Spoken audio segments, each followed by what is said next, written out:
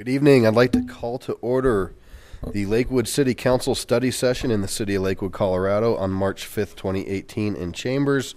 Will the clerk please call roll? Paul. Here. Johnson. Present. Vincent. Here. Vita. Present. Franks. Gutwein. Here. LeBure. Here. Skilling. Here. Harrison. Here. Abel. Here. Roybal. Here. You have a quorum. All right. Well, good evening and welcome. Appreciate the folks coming out. We have a packed evening, a lot of different things on our agenda, and we also have two public comment opportunities. I just remind folks that public comment is a little bit different at study session. It's not just about everything and anything that's reserved for our regular meetings. It's specific to topics that are on the agenda, and it's actually an opportunity for you to be able to participate in a more comprehensive way in council's dialogue. So if you would like to take the opportunity to speak on any of these issues, we encourage you to do so. If it's just simply don't like or like, we'd ask that you reserve that for a public hearing. And we will go ahead and open the first round of public comment.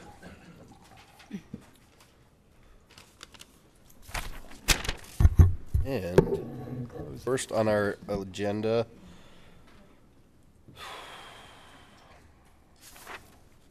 Ms. Weathers, did you sign up to speak before or after? You're up. Thank you. I don't know why this doesn't say that.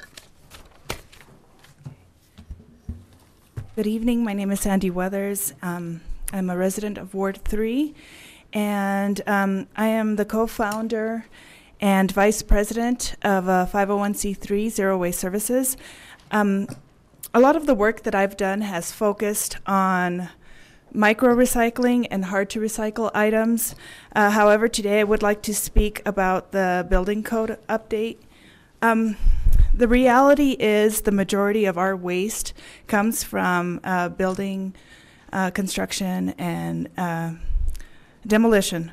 So although my focus is smaller, what we need to do to get the bigger bang for our buck is focus on this area, and I'm really excited to see the amended changes to the building code update, and I just wanted to offer my personal support of the update.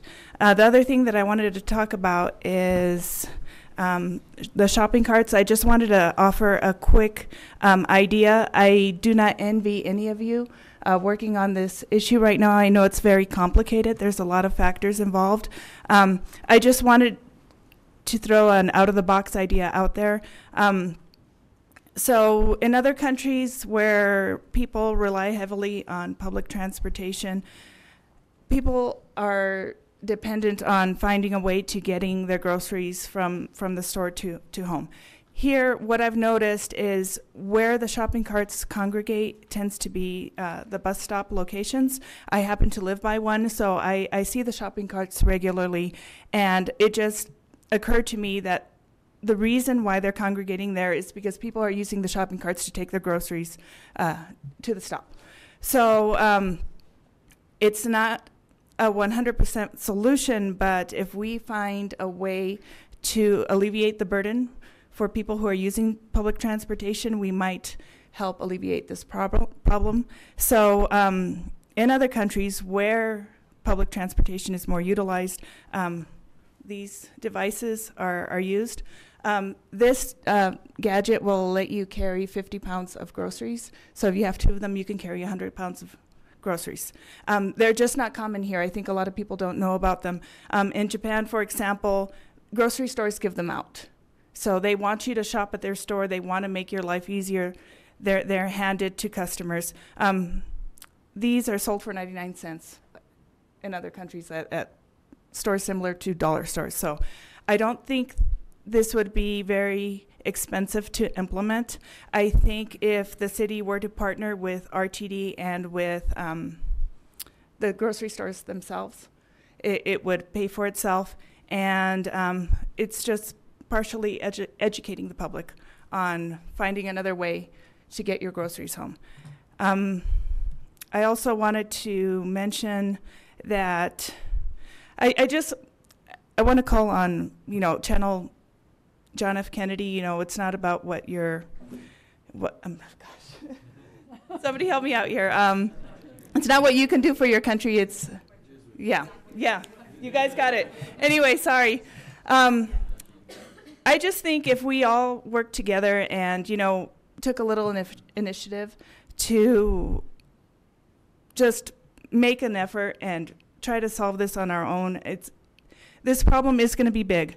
If everyone can just take a little bit of time, if you are able-bodied, please, if you see a shopping cart, please take it back and help the city while the city's trying to figure this out. And that's it. And this is for Councilor Johnson. Thank you. Thank you. Michael, you're up next. Thank you. Good evening. Good evening. Michael DeRoja, I'm in Ward 4.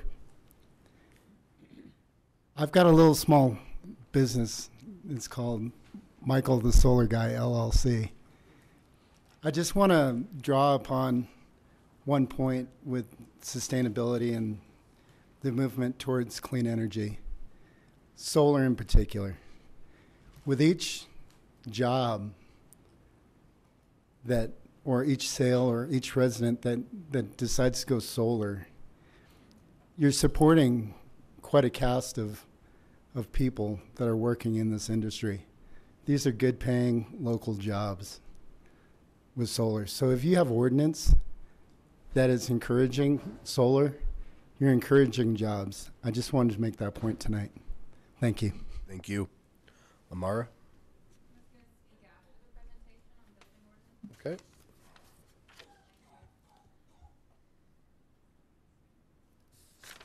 All right, that's all that's signed up. So before we go into our first presentation, which is building code updates, I want to welcome somebody to the dais, or actually to the lower portion of our dais, and that's Ben Goldstein, who is our new Deputy City Manager, and this is his first meeting. So welcome. We are glad to have you and excited to work with you at the City of Lakewood. All right. Mr. Hutchinson, it's a busy night for you, sir.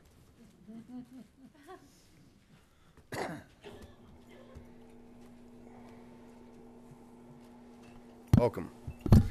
Thank you, Mayor. Good evening, City Council, and all others who are hearing or viewing this. The first topic on your agenda tonight, subsequent to the public discussion that you just had, was about the building code update. This is a very routine item. It just doesn't happen real often. Cities all across the country, actually internationally, adopt building codes routinely. In fact, all of these documents that you'll hear a little bit about are actually from the International Code Council. We'll be going through those page by page. Are you off next week? But I did want to point out that they're pretty routine. It's the normal item that is the building code for most local governments around the country and internationally. There are, however, local amendments. These documents are created by an internationally composed group of people in the industry, of municipalities, people on all sides of all the different kinds of topics that are addressed in those. After they go through that vetting process, which takes months and months and months, they then come to each of the local communities, and we do the same kind of thing given our local circumstances. So there are multiple entities that are involved in reviewing them, making comments on them. We look at plans that have already been adopted by the city. We talk with our local fire district, because local fire districts, as you read, there are actually 3 that serve the city of Lakewood in one form or another. And then ultimately the Board of Appeals that you appoint will make a recommendation to you about this ordinance. They've not made that recommendation yet, only because we wanted to get past this evening and see if there were any changes before they made their final recommendation. They have had several meetings, as you'll hear in a few minutes, about what you've got before you this evening. In addition to the information specific to the building code, you're also going to have a little educational interlude in the middle of the presentation from the West Metro Fire Protection District's fire marshal. And I think that'll be helpful to put some things in context. It doesn't really affect the recommendation, but we wanted to give you an opportunity to hear that, because it's a topic that comes up occasionally, and we'll hold on those specifics for just a little bit. Our recommendation tonight is asking you for a consensus, really, to bring the ordinance forward that would adopt these codes with the amendments that you see in your packet. And with that, I'm going to introduce the main presenter this evening, Ms. Ann Hine, who is the city engineer for the city of Lakewood. Ms. Hine?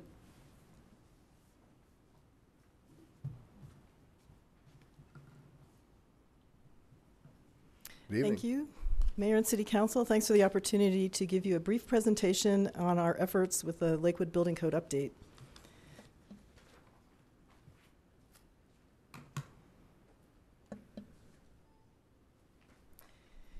Tonight we'll talk a little bit about what the building code is and what it applies to, the process that we've gone through to date to adopt a new code. We'll do a brief overview of the proposed ordinance, and then we'll open it up to City Council discussion. The building official, Mike Sizemore, is here. Bruce Kroll, the West Metro Fire District Fire Marshal, is here, and then Jonathan Wachtel and Lynn Coppage from the Sustainability Division are here.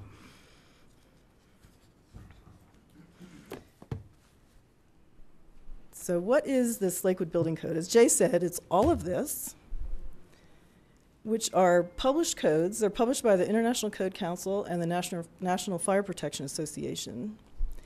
And then it's a series of local amendments to the published codes. So the published codes give us the opportunity to provide some consistency among other jurisdictions in the metro area and in the whole country.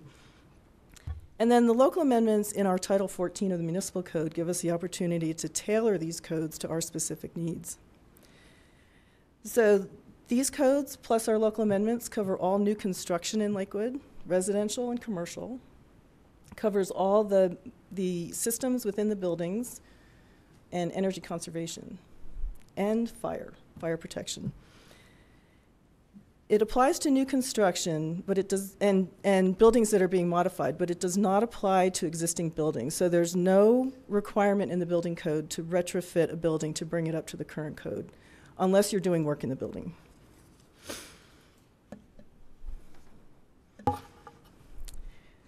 We've been spending about the last 18 months on this adoption process. We started with a staff review of the newly published codes and a review of our local amendments to see what we needed to change and what had changed in the published codes.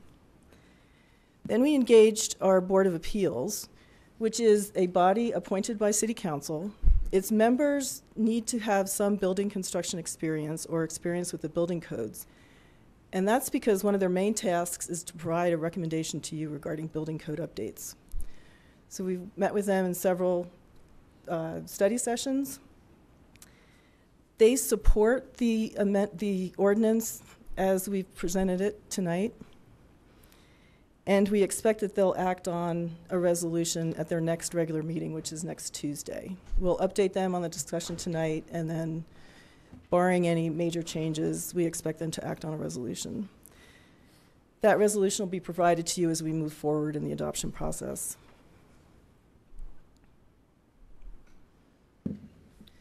We've had a fairly robust stakeholder engagement process. Some of the groups on this list are your typical stakeholders. They are affected by the building code. Some are our enforcement partners. Some are internal and external groups in the city. And then this time around, we had a lot of advisors specifically related to energy conservation and energy efficiency. The stakeholders are very familiar with the published codes, so most of our discussion was related to our local amendments. The local amendments in the draft ordinance fall into several categories. We use the local amendments to define our administrative processes related to fees and how we issue permits.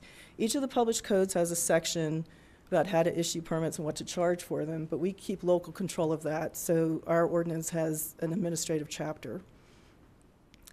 We also use amendments to define local conditions, such as our local wind load and our local snow load. We're using local amendments to support other city goals, such as goals of the sustainability plan. There are some local amendments that are required by Colorado law. And in the draft ordinance, you'll see, in the red line draft ordinance, you'll see several amendments that are just crossed out. Those are no longer needed. Some of those provisions are now in the published codes, and some are related to technologies that no longer are needed.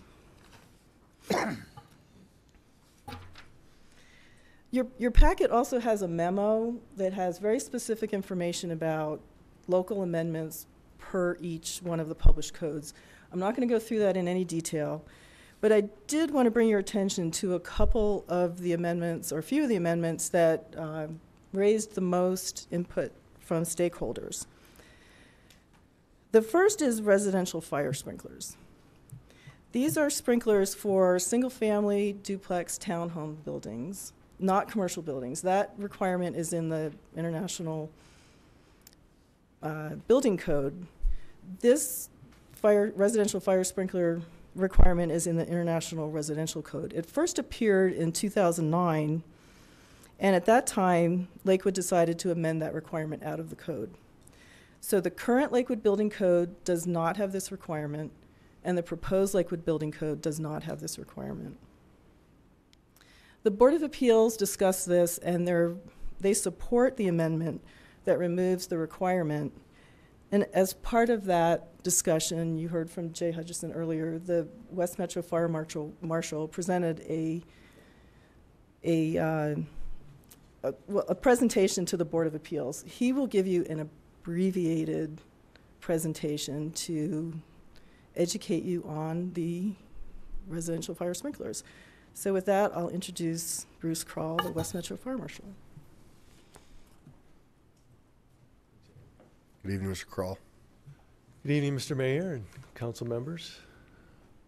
Thanks for giving me a minute to talk to you this evening. First of all, I wanted to say working with Mike and Ann has been a phenomenal process. They're very progressive thinkers, and they're taking the whole picture into account of how these code changes affect the whole community. So it's been a pleasure to work with them on this proposal tonight. So to start with, what I wanted to accomplish tonight was just give you a little bit of insight to what some of the issues are with fire sprinklers and why they're in the code to begin with. It's not a simple answer. It doesn't solve all the issues. There's a lot of stakeholders that need to be part of this discussion. So this is something I hope to just give you an idea of the background to it as we go on throughout the years and talk about this as a solution. So the problem, as the fire service sees it, it's overwhelmingly a problem in home fires. You can see there 92% of the civilian fire deaths are in homes, an average of 3,000 deaths in homes a year. Lakewood averages over 300 fire events a year with 2 to 3 fatalities. So some of that issue comes from new construction methods. So as construction gets better, more efficient, more engineered, it also doesn't last very long under fire. A lot of lightweight construction means that the buildings don't survive very long. Also, probably a lot of the houses that we grew up in, something like the kitchen was its own room. Now the kitchen is part of the whole first floor. So if a fire started in the kitchen in our heyday, it stayed there. Now, as soon as it starts, the smoke goes through the whole house. So those are some of the reasons that new construction is a little bit more fire hazardous than it used to be. And the contents, the furniture burns faster and hotter. If you want to get an example of this, there's a lot of videos on YouTube, or you can come to our annual family fire muster, and we show a demonstration of that. So one of the solutions that the code proposes is residential fire sprinklers. And that's, like Ann said, the sprinklers in actually a single-family home. So some of the benefits to that, 18 gallons a minute. That's about what that sprinkler head flows, and only one goes off. It's not like in the movies where they all go off, versus 180 gallons a minute that comes out of a fire hose. So much bigger drenching going on when we show up as opposed to sprinklers in the house. $1.35 per square foot is the national average. That doesn't mean that's the average in Colorado. It could be quite a bit more expensive in Colorado. So that's why I say this is not a simple solution, but it's worth a discussion. It would be installed by plumbers or contractors. Flexible tubing now makes this an easier process. Circulated through the household plumbing so it doesn't get stale water in it. And again, only the sprinkler head over the fire operates, not the whole house full of sprinklers goes off. Smoke alarms don't set off the sprinklers. And there's no freezing if they're installed correctly, which when it's installed by plumbers, that should be the case. So that's a little example of a fire behind the chair extinguished by sprinklers versus one extinguished by firefighters. So whether or not you want to wait for that. So again, this is not a simple idea. It takes stakeholders, and over time, we hope to include the Home Builders Association, the water purveyors, city staff in this discussion. Great. Thanks. Thank you, sir.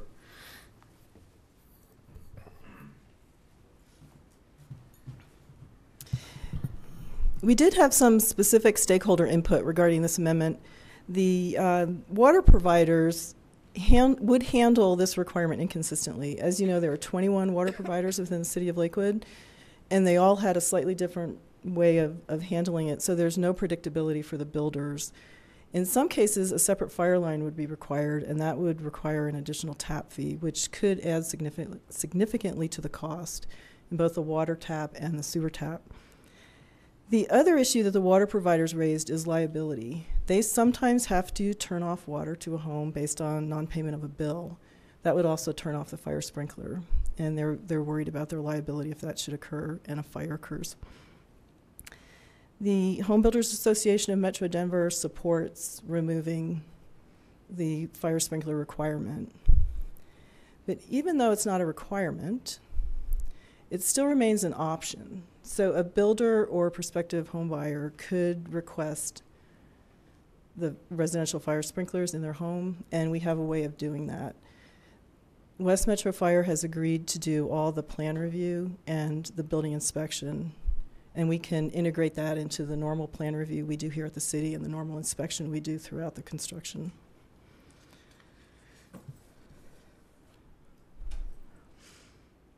The other series of amendments that garnered a lot of interest were the amendments we added in supporting the sustainability plan goals. These are related to the 3 topics that you see. For energy efficiency, we are proposing solar readiness in commercial and residential buildings and electrical vehicle charging readiness in residential and commercial buildings. And that's an amendment for energy efficiency on top of what the base code requires. So we're moving from the 2009 Energy Conservation Code to the 2015 code, and that provides about a 20% increase in energy efficiency for a new building built under the 2015 code. That's before we get to any of the amendments. We're proposing one amendment for water efficiency that reduce or prohibits the use of a single pass cooling system where water comes in, cools, and then is discharged. So it has to recycle. We're also proposing amendments that will reduce waste, construction waste and demolition waste. There are provisions for both residential and commercial construction waste recycling and demolition waste recycling. So in summary, we're proposing to move from the 2009 International Suite of Codes and the 2011 National Electric Code to the 2015 International Codes and the 2017 National Electric Code. And we are recommending your concurrence to move forward with adoption of the ordinance. Great. Thank you, Ms. Hine. So I just would like to mention, too, to those folks who may be tuning in or in the audience, we had a great opportunity to have some time with the building code recommendations. We appreciate the red line. Actually, it's a blue line version. So thank you. That was helpful to see where we're changing things. And I think there'll be a few questions. And again, the ask for council is to recommend moving forward for adoption, or at least for a public hearing on adoption. And we will start with questions. Councilor Abel.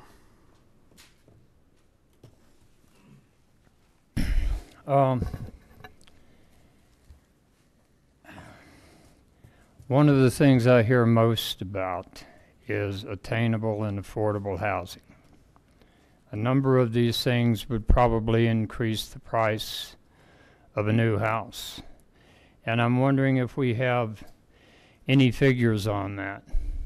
And we have to certainly balance sustainability with livability, but and I'm the guy who repairs my own appliances because I don't want to see new ones put on the market unless they have to be. They have a huge carbon footprint. But how does that stack out? what will this, if we enact all of these things, solar fitting for new homes, the recycling of old driveways, all of that sort of thing. How does this affect that?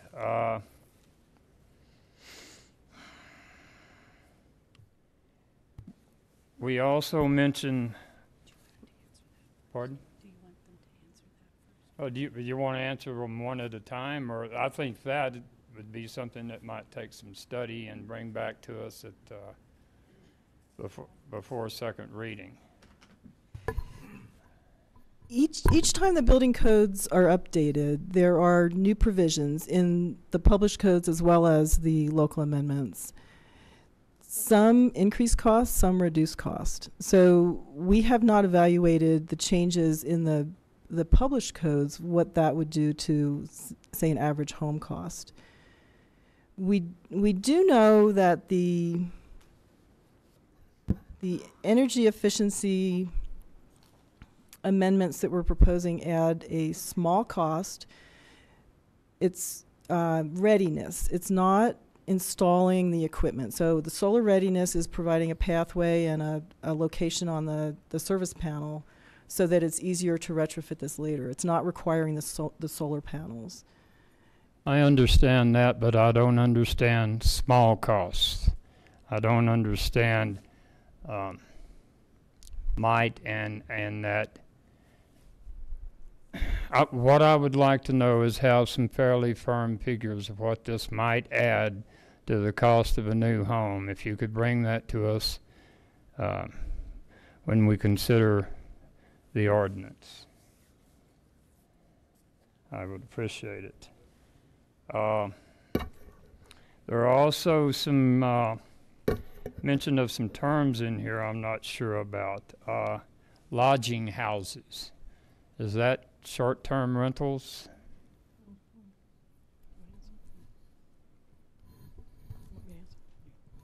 And I'm sorry I didn't mark down what exactly where these things can be found.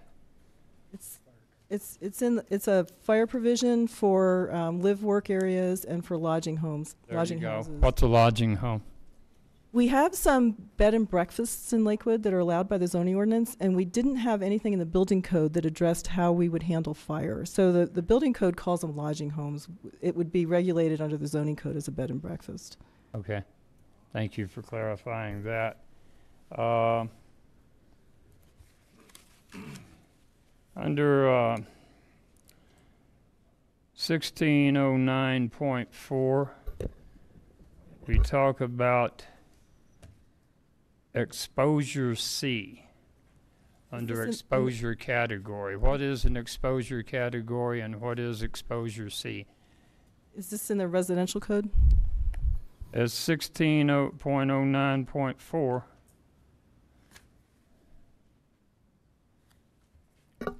Maybe it's 14. Good evening, ladies and gentlemen. Mike Sizemore, I'm the building official. Yes, sir.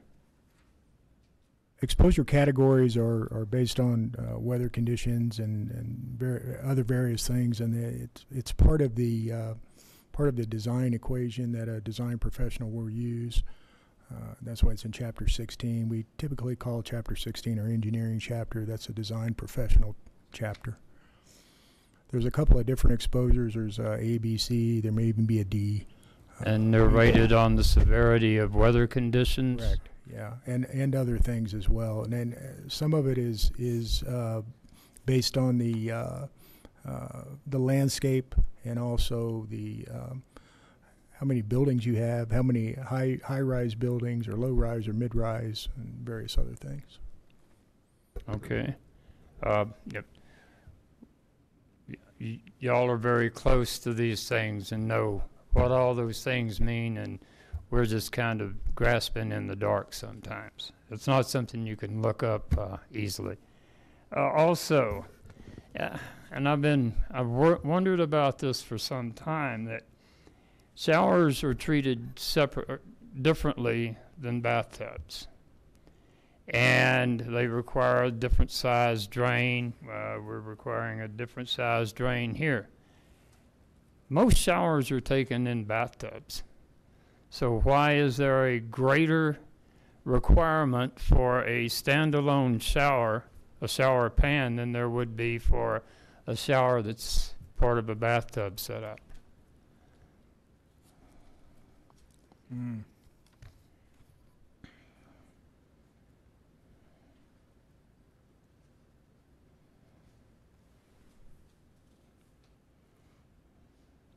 And that's been part of code for some time. I know this because I put in a shower pan and went and tried to get a fixture that fit the 1930s drain for it, and the everything had changed since then. So, what's the logic?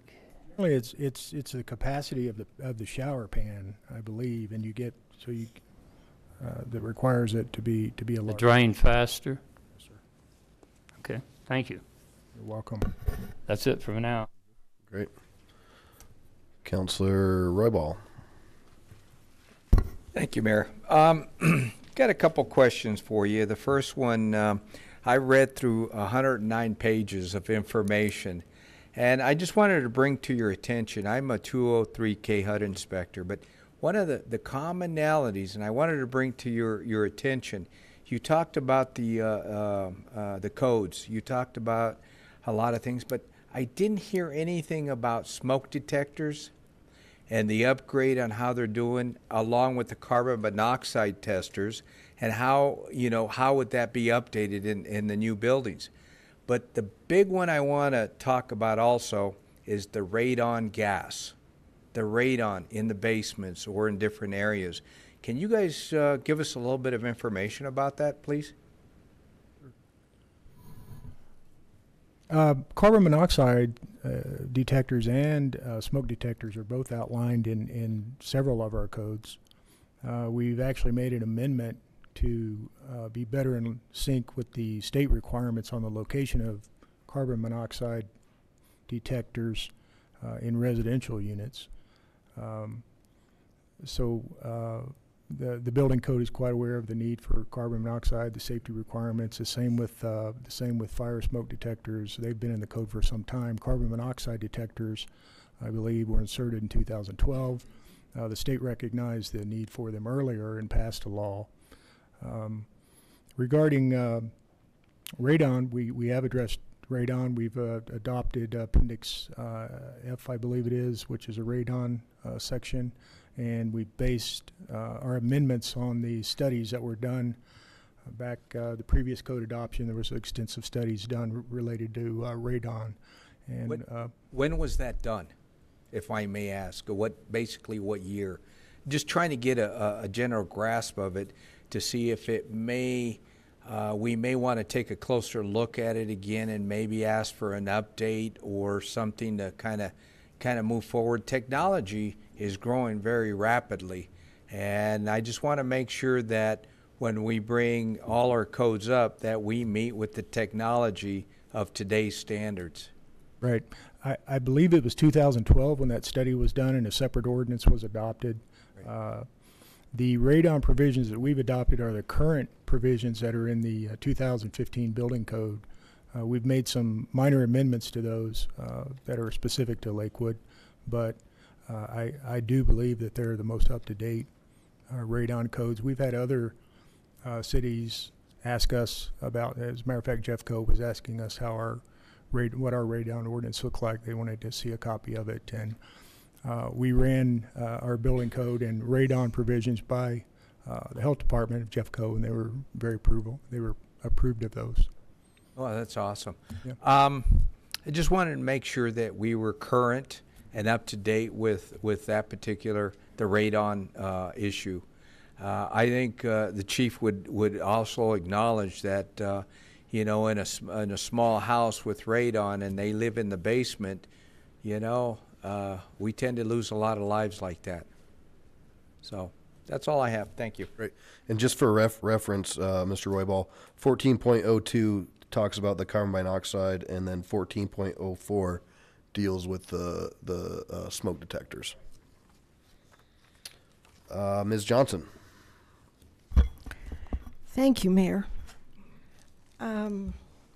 My questions are a little scattered as I went down. First, I'd like to thank Bruce for your update on the fire restrictions, and I appreciate the intent of the mandated sprinklers, but I actually support an opt-in.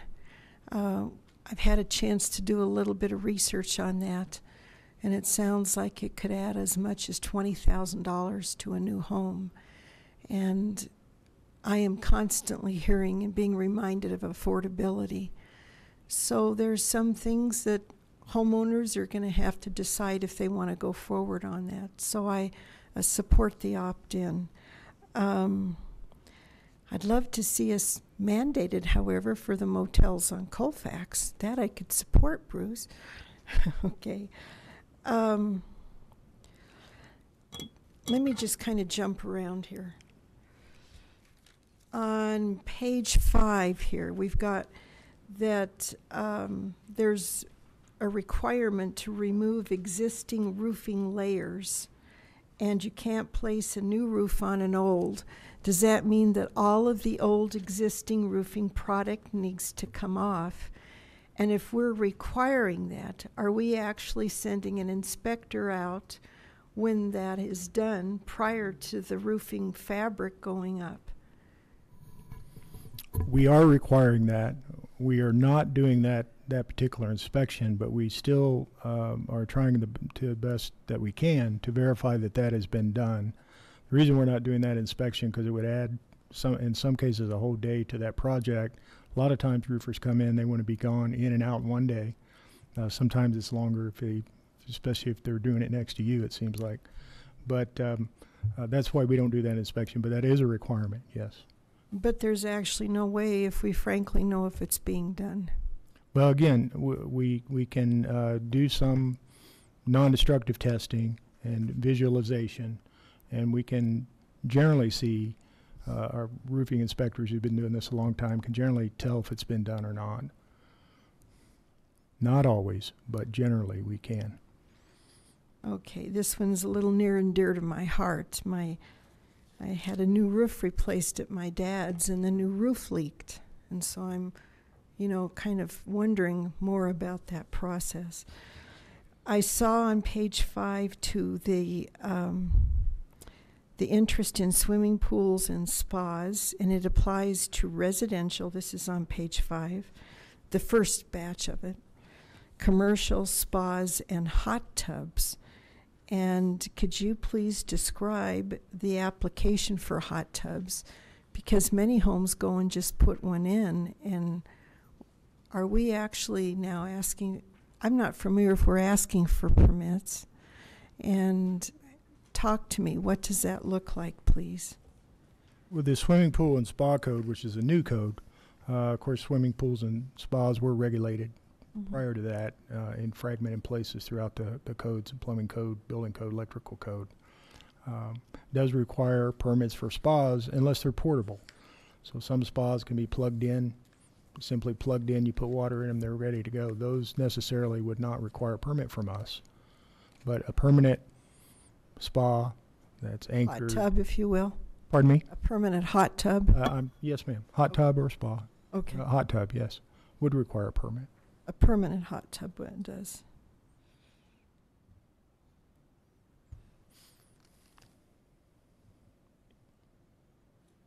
Okay. And under the mechanical code, I just recently learned that we need to have a permit in order to clean the AC condenser on the roof. Please, is that accurate? And talk to me about that. That seems to be a little bit of a difficulty for some businesses.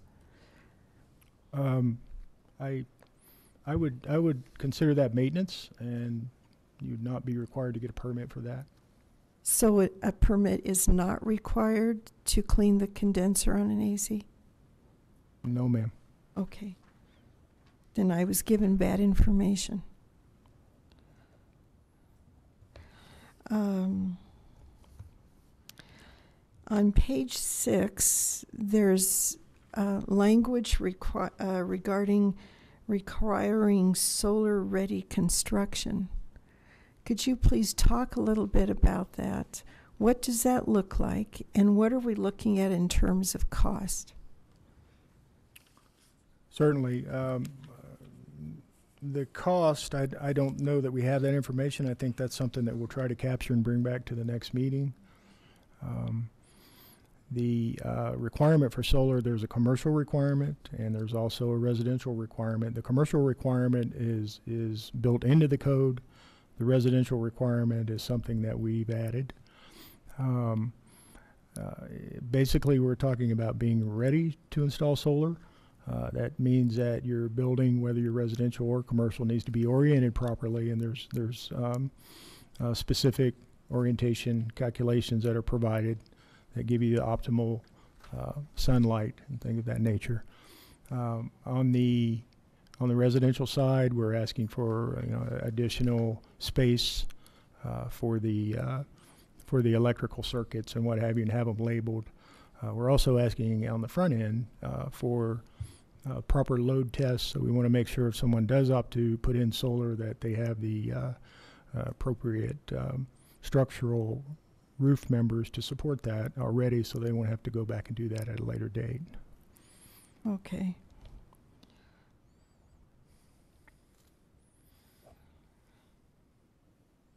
This is something I'm not at all familiar with, and it was on page 7 regarding wind speed. Could you please talk a little bit about that?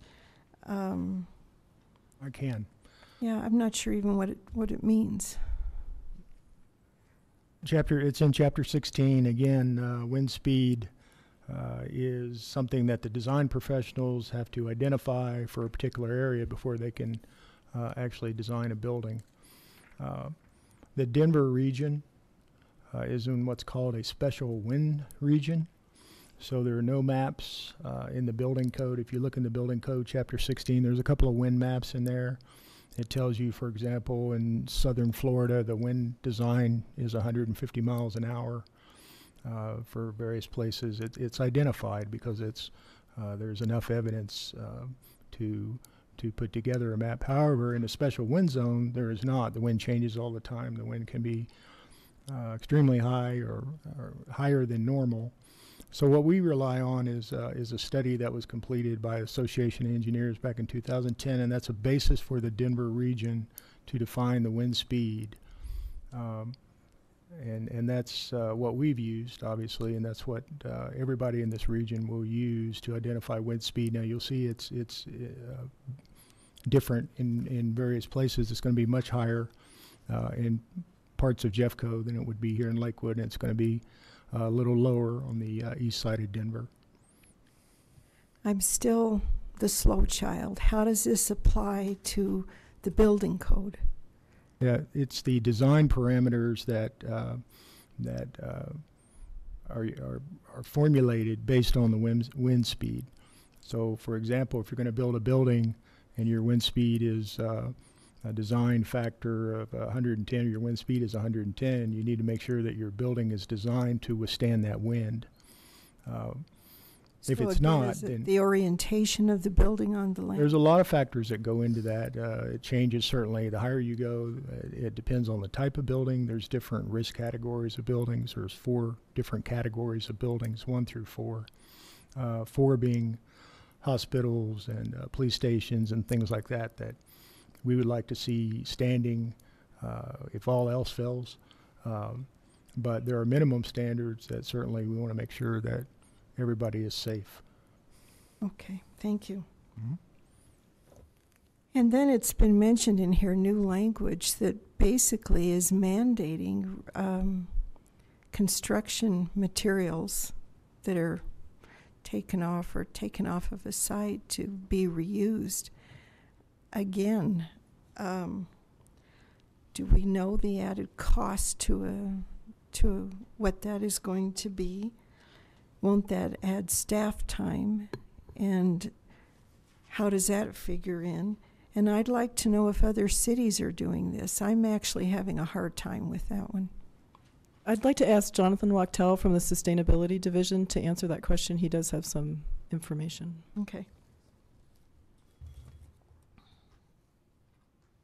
Thanks, Counselor.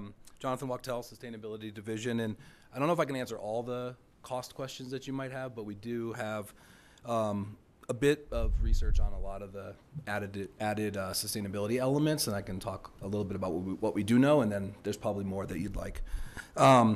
So you asked about the Solar Ready requirements and if that would add cost. What we've been able to find so far is that it shouldn't add cost. And the reason for that is that it's really a design issue.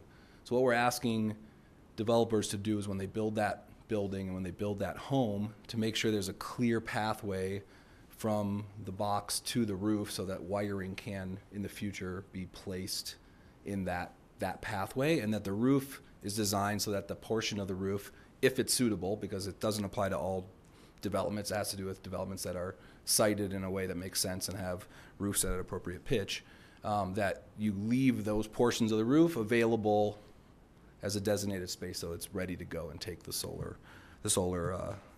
installation in the future. So really it's mostly a design issue on that, and we reached out to some other cities. City of Seattle responded that after they put their solar ready residential rules in place, they basically came up with a zero cost estimate to what that should cost, because it was a design issue. Certainly that's one city, so we can probably do more research and make sure that's really the case, but that's where we're at right now. On the construction and demolition, it depends on materials. And I think what's important to note is the materials that are included in the list. We did our research into, first of all, did they make up a significant portion of the waste stream so that it was worth the added effort for the builder to have to separate this stuff and manage the site? And then is there an outlet where these things can be recycled in proximity to Lakewood, so it makes it reasonable. So the costs that we have researched, concrete is about $3 to $6 a ton, and that makes up 30 to 70% of our construction and demolition waste stream. Asphalt's the next largest percentage of the waste stream, somewhere between 14 and 29%. That costs about $1 to $5 a ton to recycle. Wood is between 7 and 17% of your typical C&D waste stream, and that costs between $2.40 and $8 a ton, depending on the wood. So we do have those numbers. And then I actually looked this up earlier today. If you took, this is just two businesses that I happen to have their information on their website. So the cost at the Front Range landfill to dump a ton of concrete is $56 if you're going to landfill it. And at the Allied Recycling facility in Commerce City, you can dump an entire end dump trailer, which can carry about 15 tons of concrete for $75. So that comes out to $5 a ton to recycle it, as opposed to $56 a ton to take it to the landfill. So the issue generally in a lot of these, we found this is the case, is not necessarily that the challenge here is the cost of recycling these products. The challenge is going to be, and it's probably going to be a little difficult, and we're going to have to work with developers to manage it, is how are they managing these materials on site? How are they setting up the different dumpsters, making sure that contractors and subcontractors are actually putting the right materials so they don't contaminate the waste in one, and facilitating the fact that now instead of throwing this all into one big dumpster, they've got to sort it on site. So it's more of probably a logistical challenge, and any expenses that might be incurred are probably from that process of resizing their dumpsters to be appropriate now that they're spreading their waste across various containers. Okay, do we know how other cities are handling this, or is this in other cities? This is in other cities. I have here somewhere a list of some of the other cities that have these. In Colorado, both Boulder and Fort Collins have ordinances, and ours is very similar. What we're proposing is very similar to Fort Collins. We were able to speak with them quite a bit to get their experiences. But Milwaukee, Wisconsin, Seattle, Washington, Portland, Austin, Texas. I've got a list here. King County, Washington, Cook County, Illinois, Evanston, Illinois, Madison, Wisconsin. So I've got quite a list here that we can share of cities that are requiring construction and demolition waste. And what we're proposing is really kind of an entryway into that. Some of them are very robust and have like diversion metric requirements saying you must divert 80% of your waste, and they don't care how you do it. And we thought that would be a little more challenging. We thought, let's identify the waste streams that we know make up a big percentage of the waste and that we know there's an outlet and we think are affordable, and let's start there. Because I agree with the intent as far as recycling, but what I am hearing at this point almost on a weekly basis is the difficulty in getting permits in our city and how hard it is for contractors to actually build in the city of Lakewood. And I'm not real comfortable with going forward on this, the way it's worded at any rate. So I'm going to go with some follow-ups while Jonathan's here. Councilor Abel, you had originally asked this question, so I'm going to let you follow up while Mr. Walker. I did, thank you, and that is exactly the information I was looking for. So don't worry about it next time, we have it in hand. Thank you, Jonathan. Okay, may I please finish then? One more second. Does anybody else, while Mr. Wachtel's here, have questions along that line? Okay. Oh, actually, I do. Councilor Gutwein, go ahead. Thank you. So that's, first of all, really helpful. Thank you very much. My question is, so like you mentioned, this is going to be somewhat of a learning curve because it's going to be doing things a new way. How can we assist the community as they adjust, like our building community and contract communities? I mean, I think that's a really key component to how we can be successful. You're speaking about the construction and demolition waste. So the concept is that we will require a plan, a waste management plan at the point of a permit. So they'll identify where on site they're going to collect these items that we've identified, assuming, you know, for those that they will be generating as waste. And then when they're done, they'll basically turn in receipts that say that they took those things to the dump or to be recycled appropriately. But I think what's important is that we make sure that we have available to them all of the potential places they could take this, you know, a set of resources. So here's, you know, where you can dispose of all of these appropriately. The University of Colorado, Boulder actually has an incredible website dedicated to this, where it has you can search by material and it has all the recyclers in the state, and they keep that up to date. So that's a starting spot for us that we use to vet this concept in the first place. And then I think we'll probably need to treat this very gently. I mean, I think there's going to be challenges. We know that, and I think this needs to be I think we anticipate taking a very cooperative approach. Why is this hard? Getting feedback from the contractors that are doing this. I don't think our intent here is to rule with an iron fist. I think it's to try to divert some of our waste and support our goals and learn as we go and work collaboratively. So hopefully that helps. Councilor Harrison, you had a follow-up. Yeah, I think this is still yours, Jonathan. We talked about the readiness for both the electrical vehicles and the solar. Would that also include, I know you said have space on the roof and a place in the garage. Does that mean also running the wires to the electrical box? Or is it just having a space in the box for whatever voltage would be required? What do you? Two separate answers, I believe, if we're talking the solar or if we're talking the electric vehicle. I am asking both of those questions. So I believe with the solar, it's just a space. There's no actually pre-wires required. Okay. I'm just Thank you. behind me here. With the electric vehicle infrastructure, it's a little more complicated. So on a single-family home or a townhome or anything building its own garage, that will be pre-wired to be ready to go. Just a pathway or conduit, not actually the pre-wire. So the box itself wouldn't have to be live. It's just that you want the wire run in the conduit and ready to go should they decide that they want to do that. It's actually space in the box to add a new circuit and then a conduit between the garage and the main panel. Not necessarily the wire in the conduit. Okay, thank you. And that's for the garage piece. And then on a larger development, the requirement will be will basically, the intent is to relay back to the zoning ordinance. And so we also are examining parking requirements and looking at what kind of requirements might be appropriate for electric vehicles in the zoning ordinance. And then if it's required to have a certain number of spaces in a larger development be EV ready, that would trigger the building code requirement.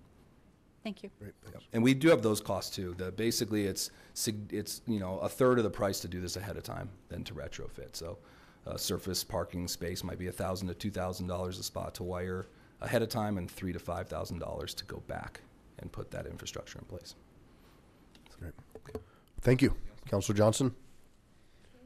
There's quite a few folks lined up, so let's. Okay. Thank you. I'll hurry right along. On page 9, we've got language that actually gives the city manager the ability to designate and authorize waiving or reducing fees. And I think we really need to take another look at this. The public perception on that could be favoritism. And I don't want to see you put in that position, Kathy. I think that's something that we should be pulling from this. I'm not comfortable with that. Could you show us where that's at? It's on page 9. I'm sorry, it's actually page 2 in the blue line version, and the same, page 2 in the black line version. Okay. Okay, and then more on page 9.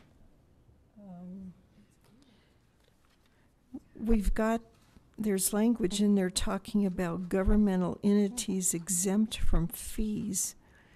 And I'm just curious, since the Colorado Coalition for the Homeless is pretty heavy on our thoughts right now. If they don't have fees to build, they'd be on government land, or you're going to have to talk with me on this one.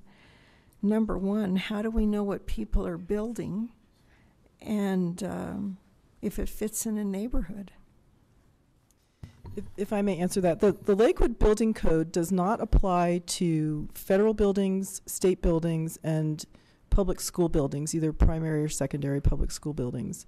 That's the point. It doesn't apply to the. It does not apply. So build what they want. Those buildings are built under the state building code or a federal building code that is similar to the published code. Okay, how does Lakewood know then if a governmental entity is building something on their property? How does that fit in our neighborhood, and do we get government or do we get community input then? I mean, maybe do we not have any say if any other governmental entity is building something? Perhaps I can help clarify a little bit. Yeah, please. When Ann said that it doesn't apply, that's not because we've excluded it from the code. That's because other laws don't allow us to include it in the code. So it's not available to the city of Lakewood to regulate those kinds of facilities. It's simply not something we have the option to do. On the federal center property, where the real estate is owned by the federal government, we also do not have any jurisdiction. Zoning codes, however, do apply throughout the city of Lakewood, so that deals with use, with the exception of property that is still federally owned on the federal center property, where the zoning codes do not apply, and there's not something Lakewood can do to make a change to that. Okay. Does that help? Or a little bit, yeah. How else can I help? I'm just thinking too, if a school wanted to build something new on land, do we have any input into that at all? No. There is a state statute dealing with public school construction and the separate one for charter school construction that generally requires a planning commission to take a look at the plans. As I recall, it's been a while since I've had to look at that, but and then make recommendations for changes. But ultimately, the school district has the final say as to whether to make those changes or not. I think the school board would review the recommendations of the city planning commission and decide whether to implement them or not. That's specific to public schools and not to any of the other uses we're talking about. And just because Lakewood High is high on our list of visibility right now, when it was rebuilt, the orientation on that property was changed, which is actually one of the puzzles of what's creating some of the problems on that land. So I was just curious about that. On page 11, we've got that if there is emergency work done, and the contractor goes ahead and does something in an emergent type way and didn't pull a permit, that if he doesn't get the permit by the next day, that we suspend or revoke the contractor's registration and permit fee is doubled? Is that new, or is that, talk to me about that, and how many times has that happened? This is a permit exemption that has been in our local amendments for many, many years. If a water heater fails on a Saturday, the contractor's not able to get a permit. Right. So we require them to get a permit on the following business day, which would be Monday. If they don't, it's the same as any other work without a permit. Then there's an investigation fee, and it essentially is a double permit fee. But we do issue a lot of permits for furnaces and hot water heaters after the fact because they're done overnight or over a weekend or over a holiday. Yeah, that's exactly what I was thinking. How many times has it happened that somebody has failed to actually pull a permit immediately as soon as they could? And is that something that we're actually finding happens, a trend there? Well, it's something that we may not necessarily know about. If someone's replaced a hot water heater over the weekend and we have no knowledge of it, we just don't have any statistics with that kind of information. So in a way, it's not even enforceable. In some cases, we know about it and it is enforceable. But this would be onerous to require a contractor to get a permit on a Friday night when there's no ability to get a permit. I agree. Okay, on page 12, there's language in there of temporary occupancy, and then it says the final inspections have been met.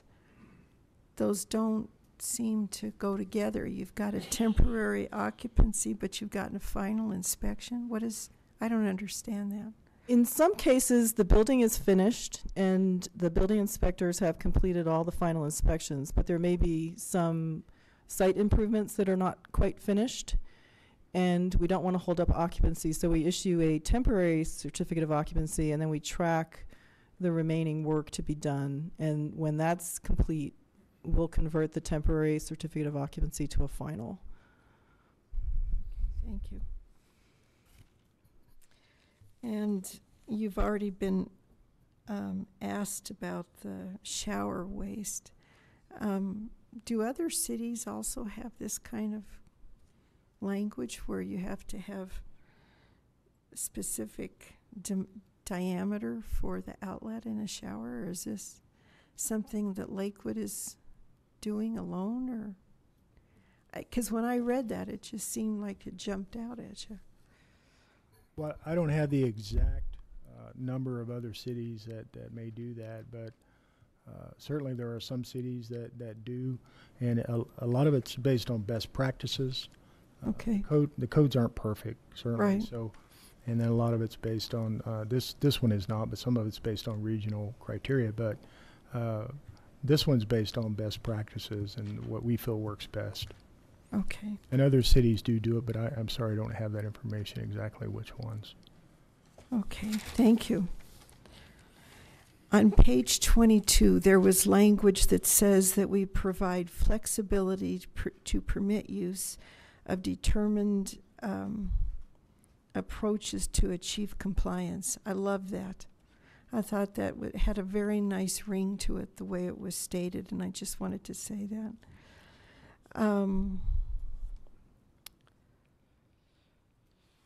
Let's see, and this actually is for Bruce again, just because Lakewood High School is kind of on our radar right now. On page 40, actually, it was talking about emergency vehicles and having an unobstructed width not less than 24 feet and a talking about a turning radius. There's interest in having one-way streets next to Lakewood High.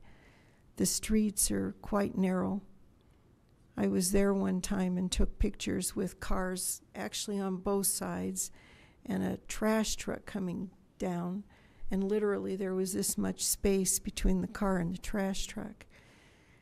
Has any consideration been given to this regarding Lakewood High and how it would apply to that? At least it's something I think we should be thinking about. One of the commitments we did make during the discussion last week about Lakewood High School and the potential one-way idea was to collaborate with the fire district, and that hasn't happened yet. The collaboration hasn't happened yet, but we certainly will involve the fire marshal in that discussion. Well, this is some language that maybe we should, be talking about at that time. Thank you. Oh, one more question.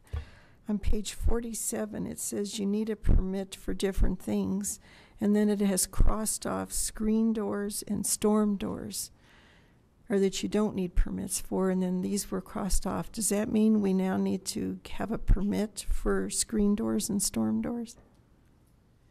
That amendment, when read without the red line, means that you do not need permits for replacement windows, essentially. We used to have we now have a requirement for replacement windows in order to meet the energy code, but we're finding that you can't buy a replacement window that doesn't meet the code. So we're no longer requiring a permit for replacement windows. And for the screen doors and storm doors, do we need permits then? That was always backwards. That was always in the local amendment as a not requiring a permit. So it's just all doors and windows now that do not require permits. Thank you. Okay, Councillor Harrison, you've been up for a while. And then Skilling, Gutwein, LeBur, and Vincent for this first round. All right. Thank you very much for all that you're doing. On the screening committee a couple of weeks ago when we were interviewing candidates for Board of Appeals, one of the things that we were told is that we need to update our codes. So hallelujah, we're doing exactly what they've been telling us. So thank you very much. My questions would be, this actually came from a constituent this summer when in the middle of the hail repair, he was really surprised that we didn't have a mid-roof inspection. That's what he called it, and I'm not sure I really understood it at the time, but he said in the east, before a roof could be completed, they wanted to have a mid-roof inspection, and he said he felt like some of his roofing was substandard, but he didn't know for sure. I mean, not the, what would it be, the wood that you put down, the plywood. Oh, the OSB, thank you, I'm learning language here. So I passed that along, that may be something that we want to consider. It would probably take more people, or it may be an optional inspection that a homeowner could ask for. So then the other thing, now I'm going to put my insurance agent hat on for just a minute. I believe we may see increased homeowners costs with a sprinkler system, and here's why, Mr. Kroll. We've seen in other places, now the way you described it, where the technology just goes over the fire right now, sounds wonderful.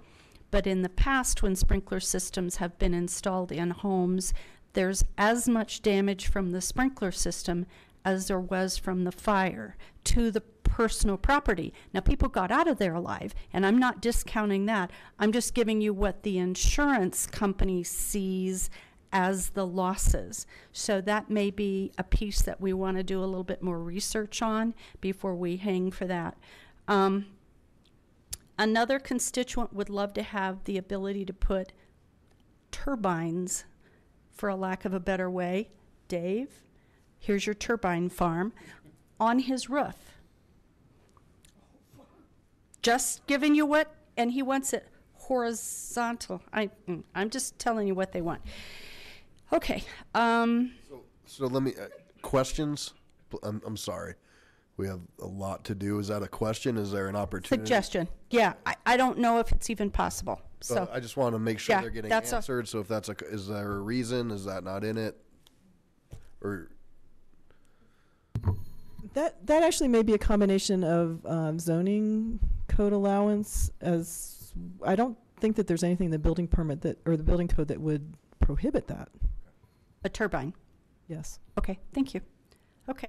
no, keep it. I just want to get these answered. And then the only other thing that I was concerned about is when we were talking about recycling of building.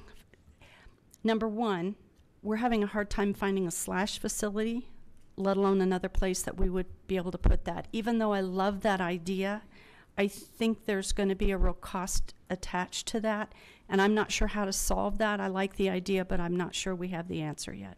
Thank you. Thank you, Mr. Skilling. Thank you, Mayor. The building updates we're doing now, when are we doing the next update? For example, is this the last time we're doing updates on the 2015 stuff and then the 2017 electrical? Yes, if the 2015 I-codes and the 2017 electric code are adopted, they will be in place until the next code cycle.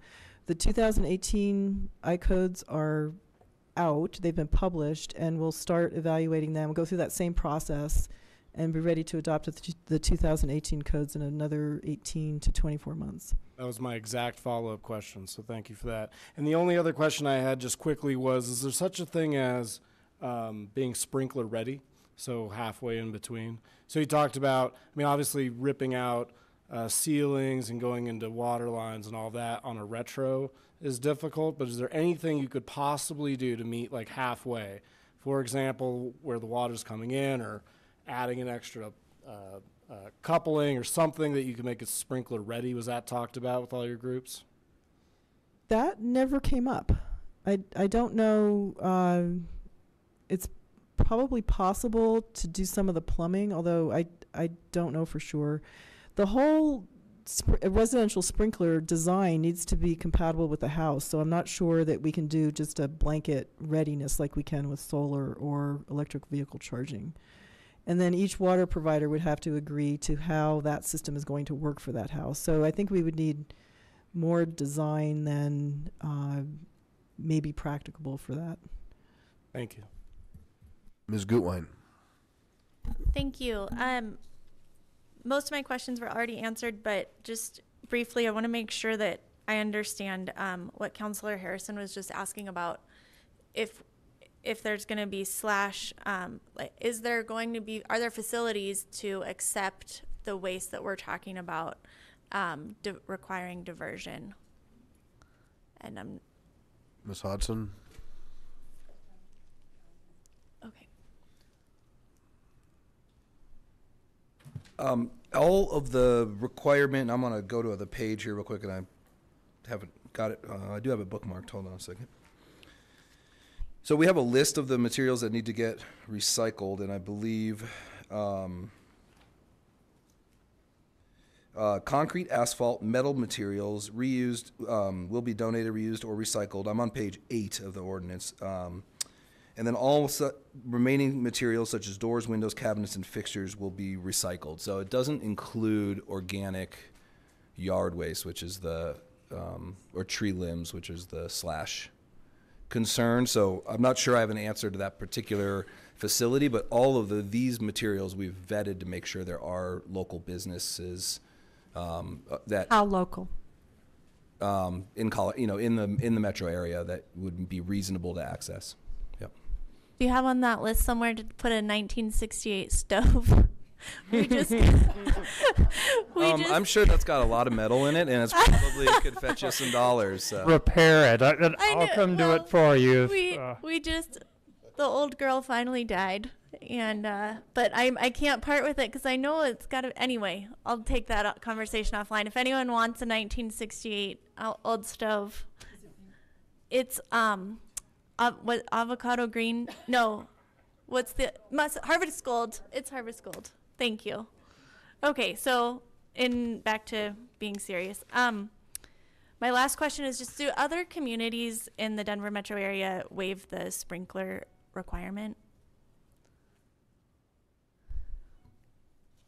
They do. As a matter of fact, there's only a handful that have required sprinklers, like less than 6 probably in the whole state that I'm aware of.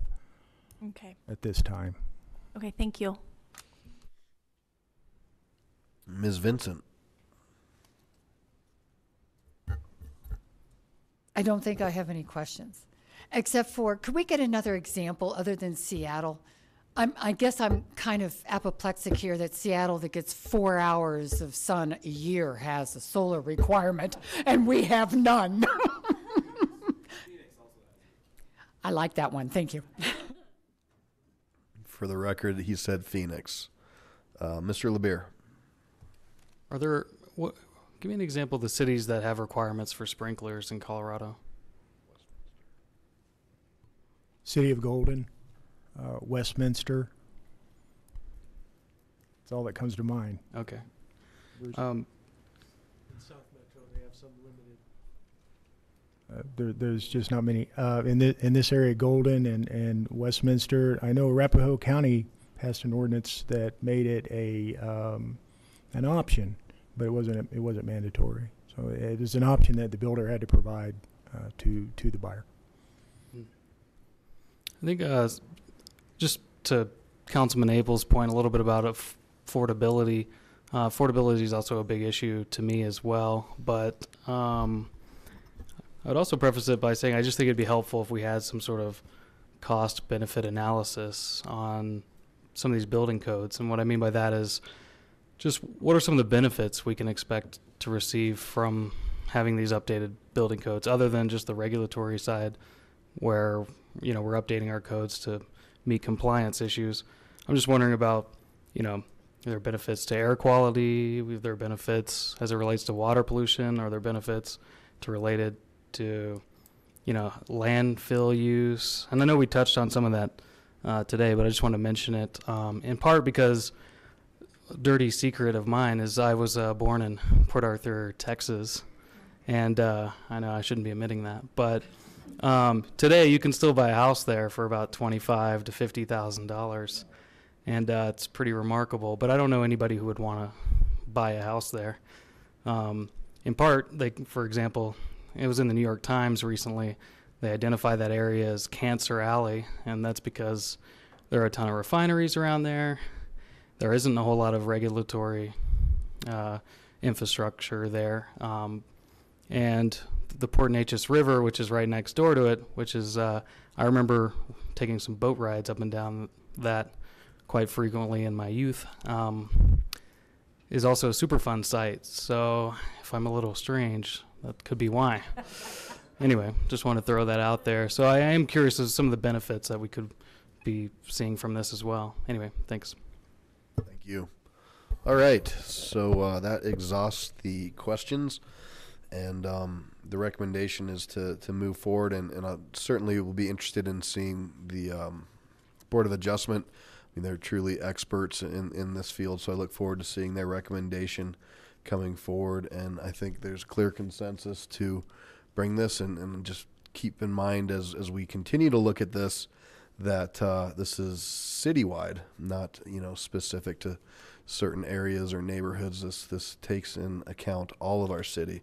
So there you go. Thank you.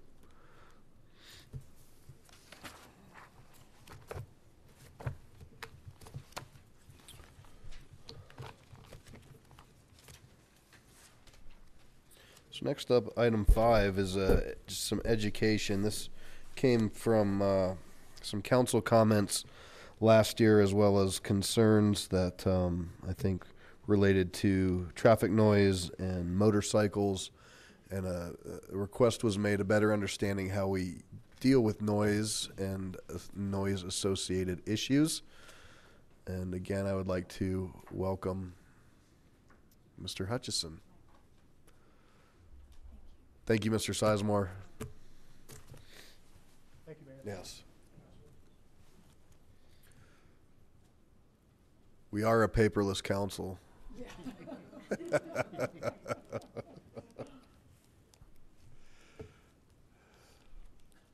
most of our building plans examiners do use online versions of those documents, so we don't have as many copies as some might think.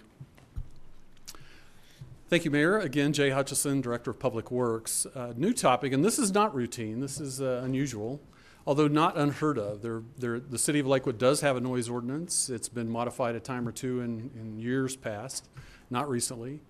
But because some questions had arisen, we have prepared some information and included an acoustical consultant who will make a large portion of the presentation this evening.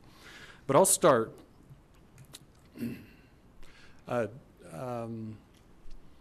have been a number of types of noise that have been discussed over the last probably a couple of years, and you've heard public comment on some of those. Some of you probably have not heard public comment on, but we've received comments in other ways.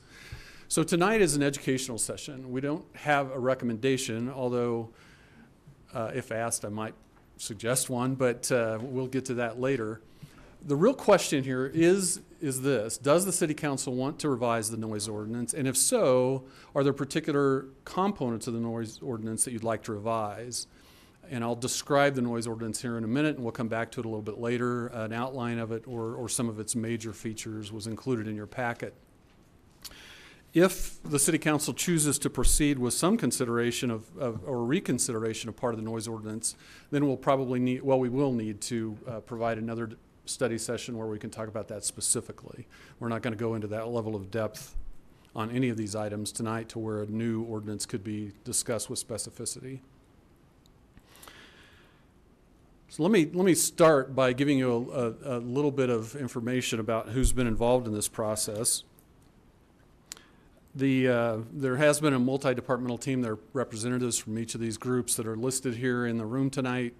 Although I didn't look around, so I'm trusting that that's the case. I'm pretty sure it is. And then Mr. Surgeon is the acoustical expert that'll visit with you here in just a few minutes. Let me spend a little bit of time on the existing ordinance so you have kind of a foundation to work from as we go into this broader discussion. This is not an ordinance that's structured around how many decibels different kinds of sound can produce and still be legal in the City of Lakewood. In fact, there are no decibel limitations in this ordinance, and I'll talk a little bit about why here in just a minute. That's certainly an option for some types of noise, a little more practical with some than others, and I'll touch on that as well. The first area that I want to talk about is a real objective measure that's within the noise ordinance, and that is time limitations. It's easy to tell if you're within the time limit or not for making noises such as picking up trash 300 feet from a hotel or running power equipment in the middle of the night. So these time limitations are very effective. They're easily administered. It's clear when they've been violated, and they're used for a variety of purposes. I won't go into much more detail than that right now. The second area is a couple of subjective components, and these are just that. They're subjective. It requires someone to assess the reasonableness of a noise. I think back to noise issues in college, which were fairly frequent. Same thing happens in neighborhoods. One person may be having a party on a Friday night that goes longer than their neighbor cares to enjoy, and consequently they will call the police department, who will deal with both neighbors and determine whether or not it's reasonable and try to get it back to a reasonable level. Those are judgment calls, and that's the way the ordinance is structured today. There are a somewhat more objective component on mufflers, and that is that they can't be modified in certain ways, but there's also a reasonableness standard applied to mufflers, and that would be specific vehicle implementation, which of course requires somebody to be there when the vehicle is being used in a way that exceeds what's reasonable. There are also some exemption provisions in the ordinance, which proved to be pretty effective and not to generate much consternation. A good example of this might be paving Wadsworth Boulevard. To pave that during the daytime would be incredibly difficult for the contractor, but even more difficult for the traveling public. So we often provide exemptions for nighttime construction work. There are consideration of what the land uses are in the area. There's notification requirements ahead of time so people know it's going to happen, which, by the way, is usually the most effective way to keep complaints down, is because people understand these things once they know they're going to happen. So we try to do that kind of thing ahead. And of course, you see those in the Friday, I think it's in the Friday reports that we report when those exemptions are provided.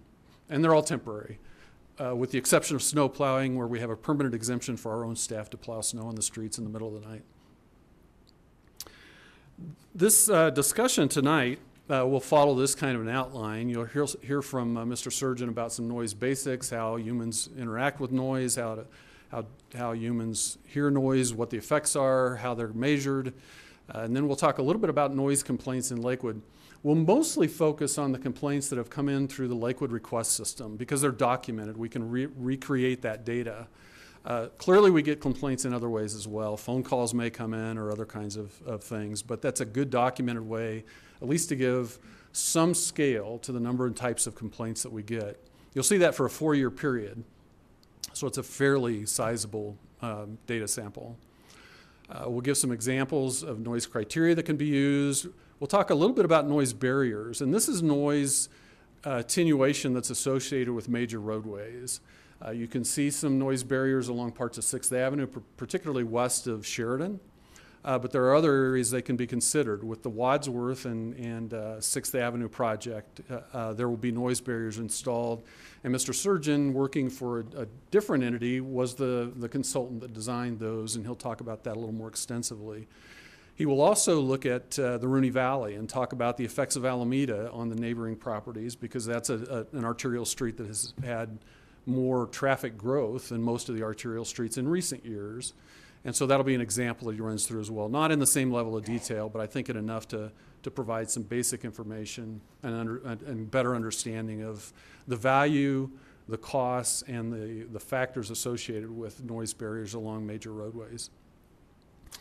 With that, I will conclude my introductory comments, and I'll come back up after Mr. Surgeon speaks. But he is a senior acoustical consultant with Hankard Environmental. He's done noise studies throughout Colorado. He's worked for private entities. He's worked for public entities. He's worked on major transportation projects. He's done professional witness work in the courts. So his experience is very broad, and I think it's been very effective as we've worked through this, and hopefully you'll find that to be the case as well. Mr. Surgeon? Thank you.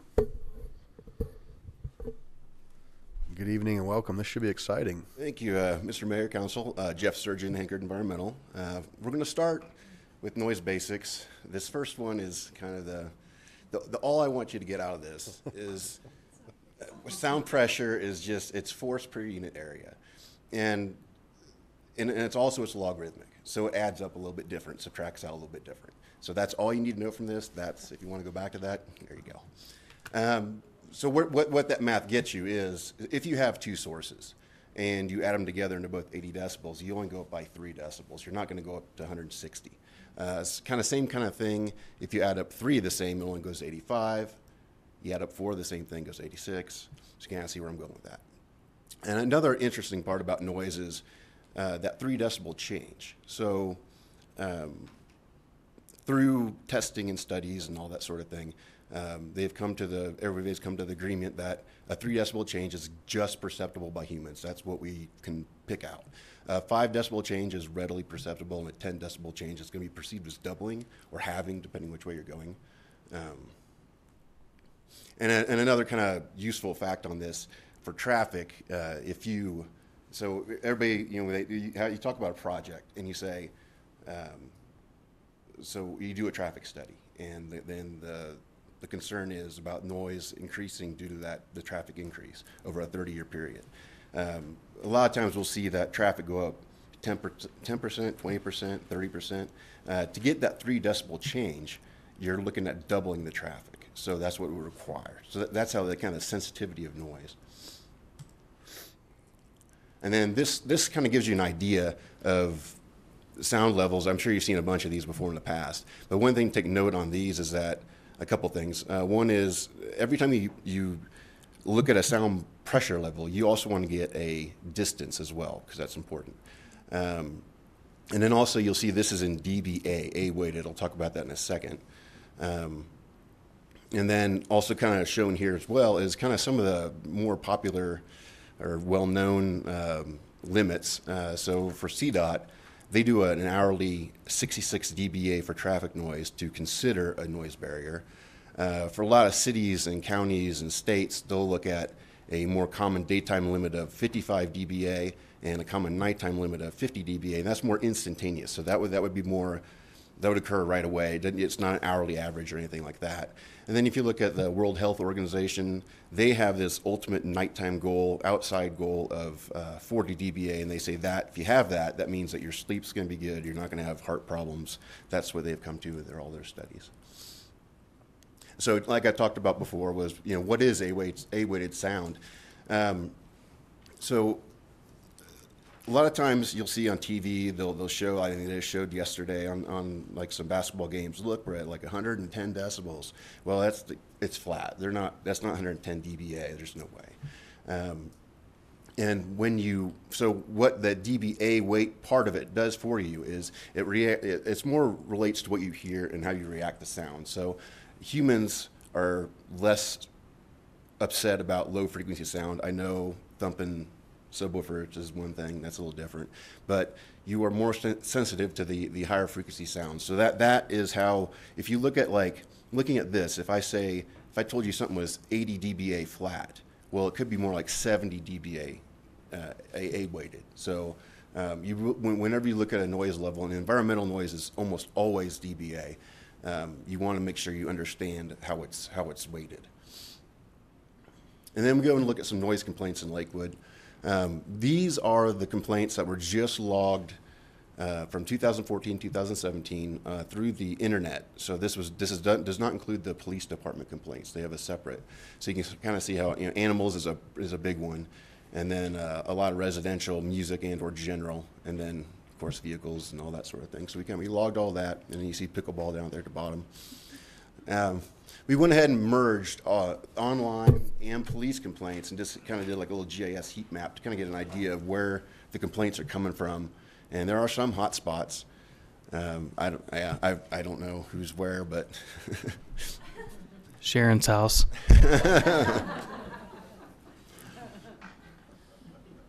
And then here you can see I'm kind of missing a few, and I left my gaps in there to kind of show you that I tried to get more information from some municipalities, but it was either they didn't know where to get the information, or they sent me back and forth to different ones, or they wouldn't get back to me, and I called, and eventually I kind of had to let it go.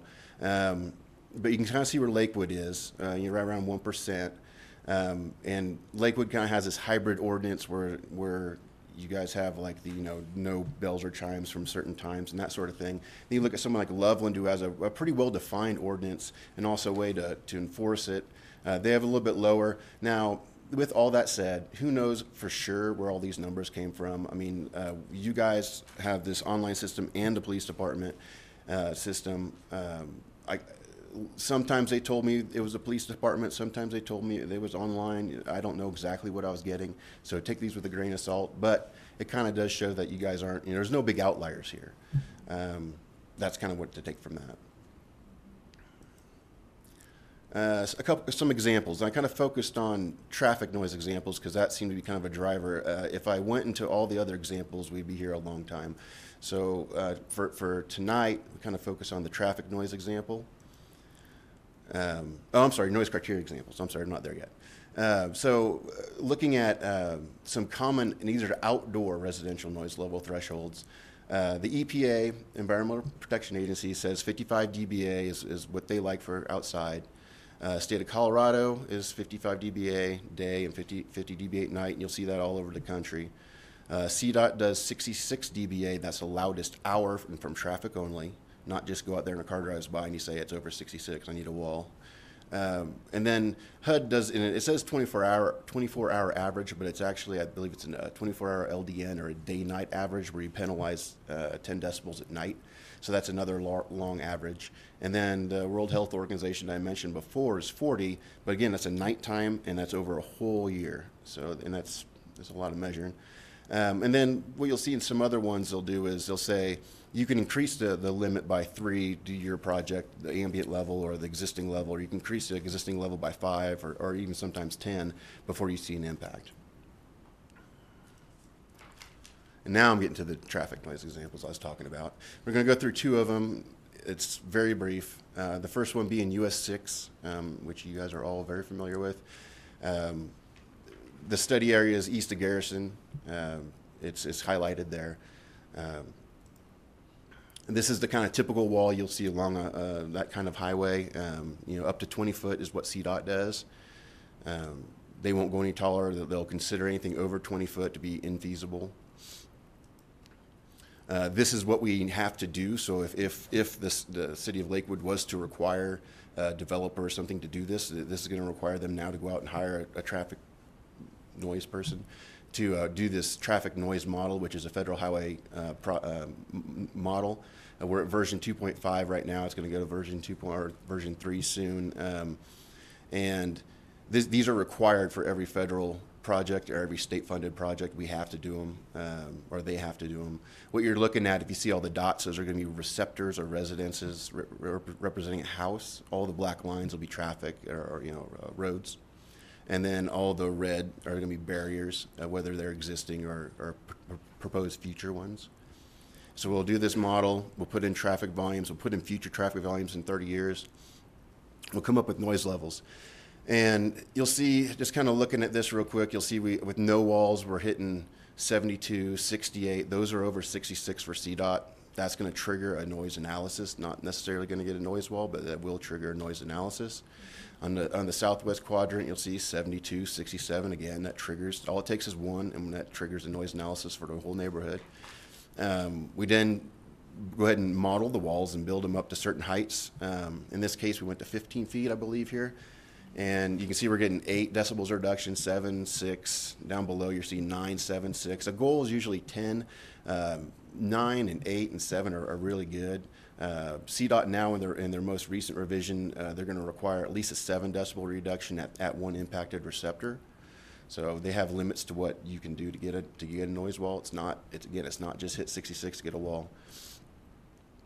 Because CDOT does have their feasibility and reasonableness assessment, I'm not going to go into this in very much depth, but I will say that feasibility, when you first look at something, before you even look at the reasonableness, you want to see if you're even getting 5 dBA of noise reduction.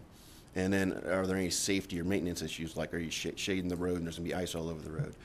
Can it physically be constructed, or you got issues, water table, who knows? And if that all looks good, you move on to reasonableness, and then you really got to see if you can get 7, if that's possible, at one of the impacted receptors. And then there's this whole cost-benefit equation where we factor in how many people are benefiting, how much noise reduction is being achieved, and then what's that going to cost using a unit cost that CDOT has. It's not necessarily what it's really going to cost, but it's just more of a value that they came up with to judge all these walls. So in conclusion on this one, we ended up with 15-foot tall walls, Wadsworth to Garrison, north and south sides of US 6. We did a 15-foot tall wall on the eastbound ramp onto US 6, and then we varied some 8-foot to 15-foot tall walls. And those were all approved, all cost benefit, everything looked good, and they're in the project, so they will happen. And as soon as that happens in that kind of a project, they are agreed to, they have to happen at that point. So now looking more local, looking at Alameda noise analysis, I know you guys had a conversation last year about this exact spot, so we figured we'd pick it and do a sample analysis to kind of show you where that's going to get you.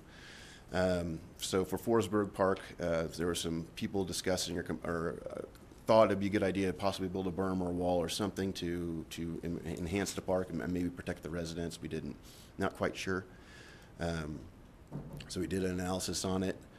I went ahead and I put in some artificial kind of future traffic volumes, and then did some predictions. Oh, I'm sorry. Here's a typical noise berm. You could put a shorter wall on top of that or something like that. This is out of Wikipedia. But here's a prediction for some future traffic volumes. This is loudest hour generally. So we're looking at, we have one spot up close that's hitting the CDOT 66, and then the rest of them are well below. You see the neighborhoods are 50s, low 50s. Again, this is going to be loudest hour. This is not just when one car, loud truck, or Harley goes by. So then what we did is I went ahead and built up a couple berms. Here's a couple potential berms, 8-foot tall. Let's see what happens. So you can see in the residence, we really don't get anything, and that's not surprising at all. That's typical that far away. You can see up close we get a better reduction, and you can kind of see in the middle we get a little bit less reduction. That's because of that gap. We decided to go a little bit taller and go up to 13 feet tall. You can finally see we hit one of those 7 decibel noise reduction numbers that CDOT likes to see. But we don't see a whole lot of benefit there. We still see in those 2s and 3s where it's just perceptible, and further back, we're not really seeing any benefit. That's because all the noise that's reaching those places that far back, the noise is already going up and over. So anything you build in front of the road, it's really not going to affect it. And then we go a little bit taller to 20 foot, and you can see we're getting a 10 decibel reduction up close. And then where that gap is, we're only hitting 6. We got a couple 6s in there, but overall, you look at this, you know, if CDOT looked at this, they'd be like, that's not going to cut it for their reasonableness. I did not actually go in and do that calculation, but just looking at it, I'm pretty sure. And so that's where we kind of end up. That's with a 20-foot tall barrier. Now, this is a really complicated, busy slide, but I kind of just wanted to show if you kind of look at like the CDOT reduction requirement and kind of see that, look, we're only getting, you know, one location in the park is really even hitting it. To see just that 5 decibel, that readily perceptible change in noise, we're getting, you know, maybe 3 locations, and that's with a 20-foot barrier.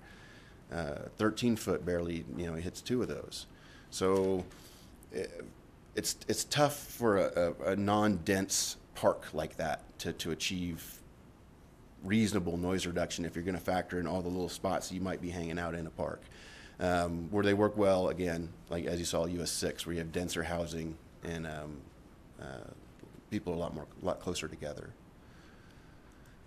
So in conclusion there, you know, there's really no perceptible benefit in any of the residential areas. 13 and 20-foot tall barriers are pretty much all that you're really seeing any kind of significant reduction in the park.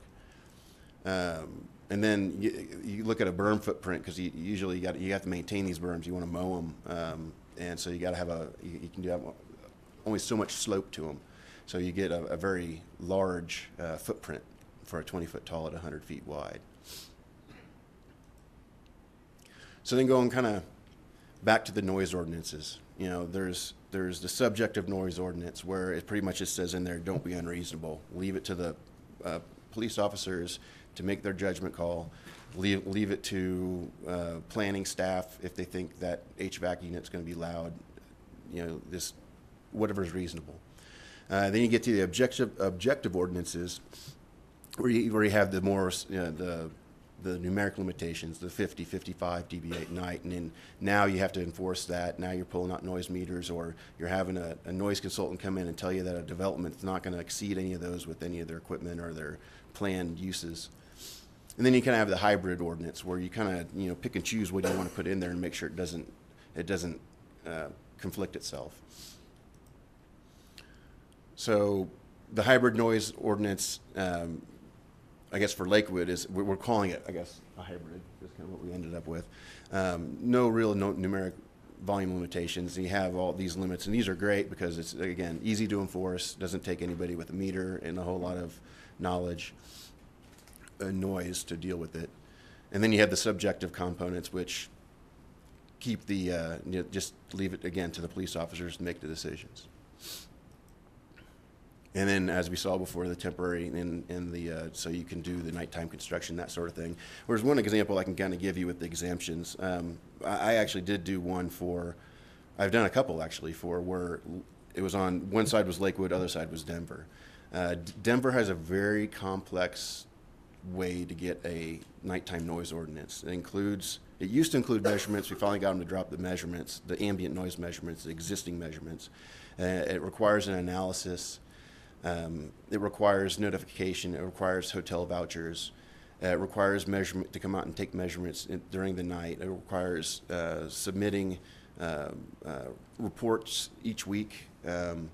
And it also requires going before the Board of Environmental Health and getting approval for such a nighttime noise variance. So whereas Lakewood, it was, you know, writing a letter to the city and explaining what you're doing and then letting them know, and that's it. So it was a lot easier process, a lot less cost.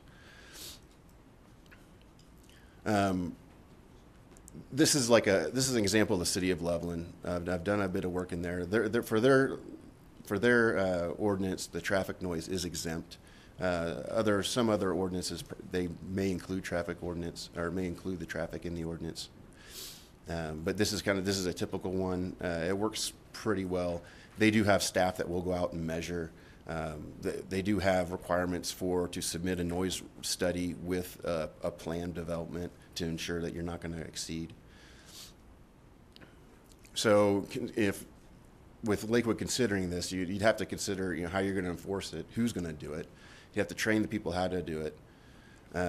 You'd have to also get the proper noise measurement equipment, and then figure out how you're going to prosecute, what kind of fees, fines you're going to put on it, and then all the exemptions and grandfathering and variances that you might want to include. And then with that, back to Jay. Thank you.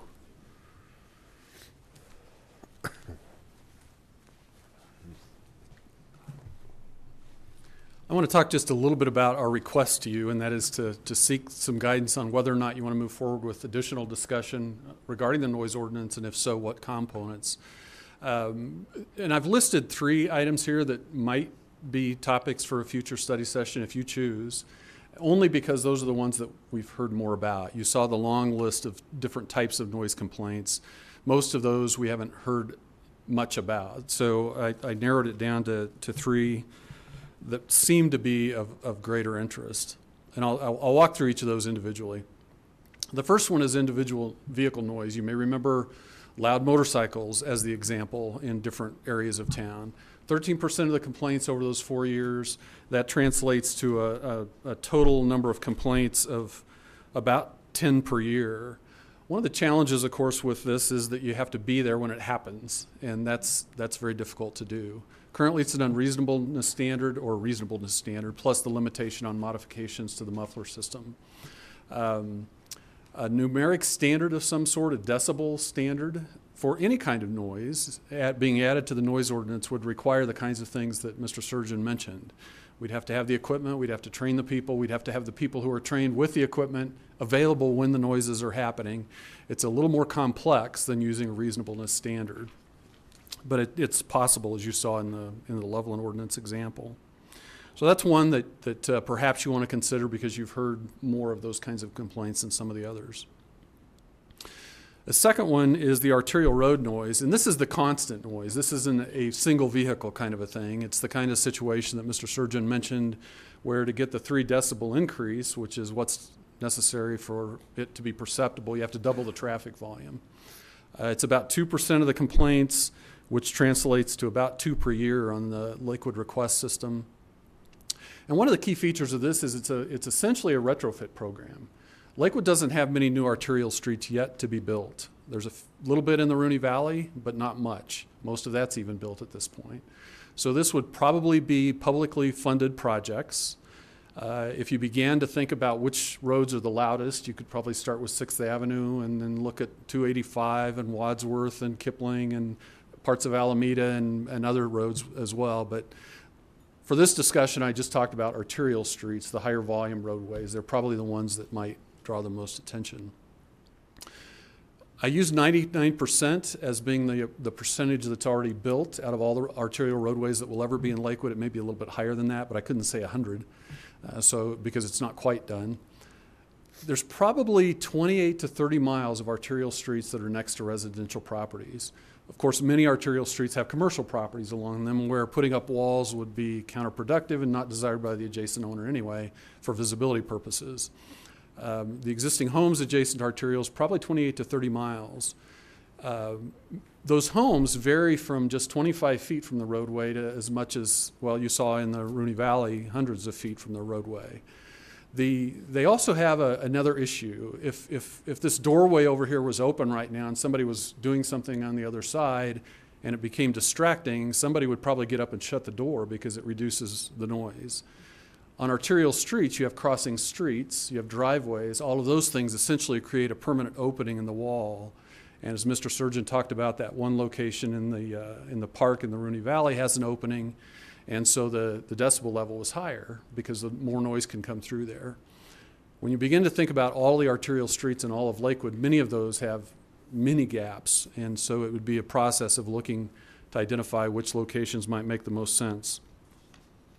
There's some wall cost information here on the bottom of the slide, and it's kind of open-ended, partly because the aesthetics of the wall translate to money. On the very low end, basic flat, no color wall, maybe $30 a square foot. So 1 square foot of the face of the wall. So if it's a 15-foot high wall, then it's 450 feet or $450 to make 1 lineal foot of the wall construction. So those numbers translate to something like $80 to $100 million if the full 30 miles were constructed. It's a big number. And doing even less, while it would still be less expensive than $100 million, it's still going to be substantial. So some of the factors that are worth considering here is the problem. How big is the problem? How frequent is the problem? How much do people expect the problem? How much is it going to grow? But also the effectiveness of the walls. This is where the gaps that would be necessary come into play. These are also a dividing device in a community. What about the appearance? How does it make you feel driving down the road? How does it make you feel if you're in the neighborhood with these walls along the side of your neighborhood? Now, if it's 6th Avenue, it may be well worth it. If it's part of Kipling, where the homes are set back further, perhaps the dividing wall isn't as beneficial from an aesthetic standpoint. The variation in appearance I mentioned can change the costs. And in addition to the initial cost, there's always some maintenance cost. Most of that maintenance cost, depending on the material used, is probably dealing with graffiti for decades. And no other costs is what I mean. Not that the graffiti would come up routinely, but it will come up occasionally. But concrete walls tend to not need much maintenance other than that kind of surface maintenance. So a lot of things that could be considered if this is an area of further interest. Mr. Surgeon mentioned that out in the Rooney Valley, it took a 20-foot tall wall to have much effect in the park, and even that didn't have enough effect in the residential area to matter. And just to put that in perspective, from where you're sitting, from where your feet are, to the ceiling directly above you is half that height. So that's 10 feet. So a 20-foot wall would be twice that distance. It's pretty substantial. Let me go on to the third situation that I suggested might be worth discussing, and that's sports activity noise. This comes in a lot of different versions. It's an inherent aspect of community recreation that's outdoors, and a lot of our recreation facilities are outdoors. There's ballparks, there's ball fields, there's play fields, there's all kinds of things, playgrounds for the younger kids. And some of those are in residential areas because they serve residential people. People from their homes can walk to the recreational facility. So there's a reason for that, but they do make some noise. Pickleball was one of the examples that we used. One location where there's a complaint, I think it may be limited to one individual near that one location, but I can't say that with certainty. But there's not a standard related to outdoor recreation noise, and yet it's something we hear about occasionally. So with the concluding slide, I just want to offer 5 different alternatives for whatever guidance you give us tonight. And I'm sure there are others. That's why the 5th one is other. The first one is none. And if I were to make a recommendation, I guess if I talk like that, I am actually, aren't I? I would give some serious thought to none. We do have noise problems. We do have noise complaints. The solutions aren't easy to the noise complaints that are more common, like the arterial roadway noise. We'll make some progress with the Wadsworth and 6th Avenue interchange because those walls that Mr. Surgeon talked about in that location are a requirement of that construction project. It just hasn't been built yet. So that's one option. The individual vehicle noise I mentioned, the arterial roadway noise we talked about, sports activities we talked about, and any other individual circumstance or combination could also be a discussion point as well. So I'm leaving this very broad because we're here to look for some guidance on where to go next, which will probably necessitate another study session geared more deeply and specifically to any particular area that you might be interested in. With that, the presentation concludes. Great, well done, thank you. And Mr. Surgeon, you might, there might be some questions for you. In fact, I think my first one start with you. And that has to do with technology and the use of technology to offset. And I had heard years ago that CDOT was looking at alternatives to sound walls to actually trying to find noise calming devices or different materials. So my question is, how far are they along on that? And then the second part is on like traffic on like a 6th Avenue. Is it the tires on the road? Is it the engine? Is it the exhaust? What's creating the most noise? Okay, as far as technology goes, we actually did do a study for CDOT over several years, measuring different concretes, different tining, different asphalts. Well, actually, one of the big studies was in Colorado Springs. They were using different open graded asphalts, that sort of thing. So we went down and did a number of measurements, and they would put down, we'd measure before with the bad asphalt. We'd measure with the brand new open graded asphalt. We get a reduction. Then we come back a year later, 2 years later, 3 years later, about 3 years later, all the reduction goes away.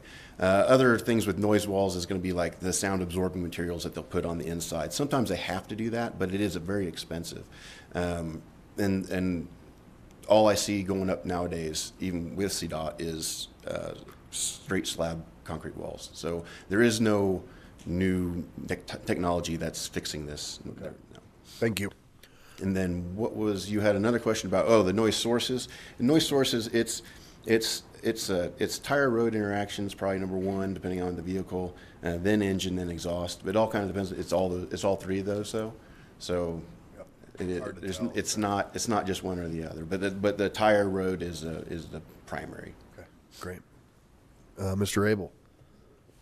And if you want to, you can grab a seat here if you'd like. Okay. My first question would probably be for Mr. Cox.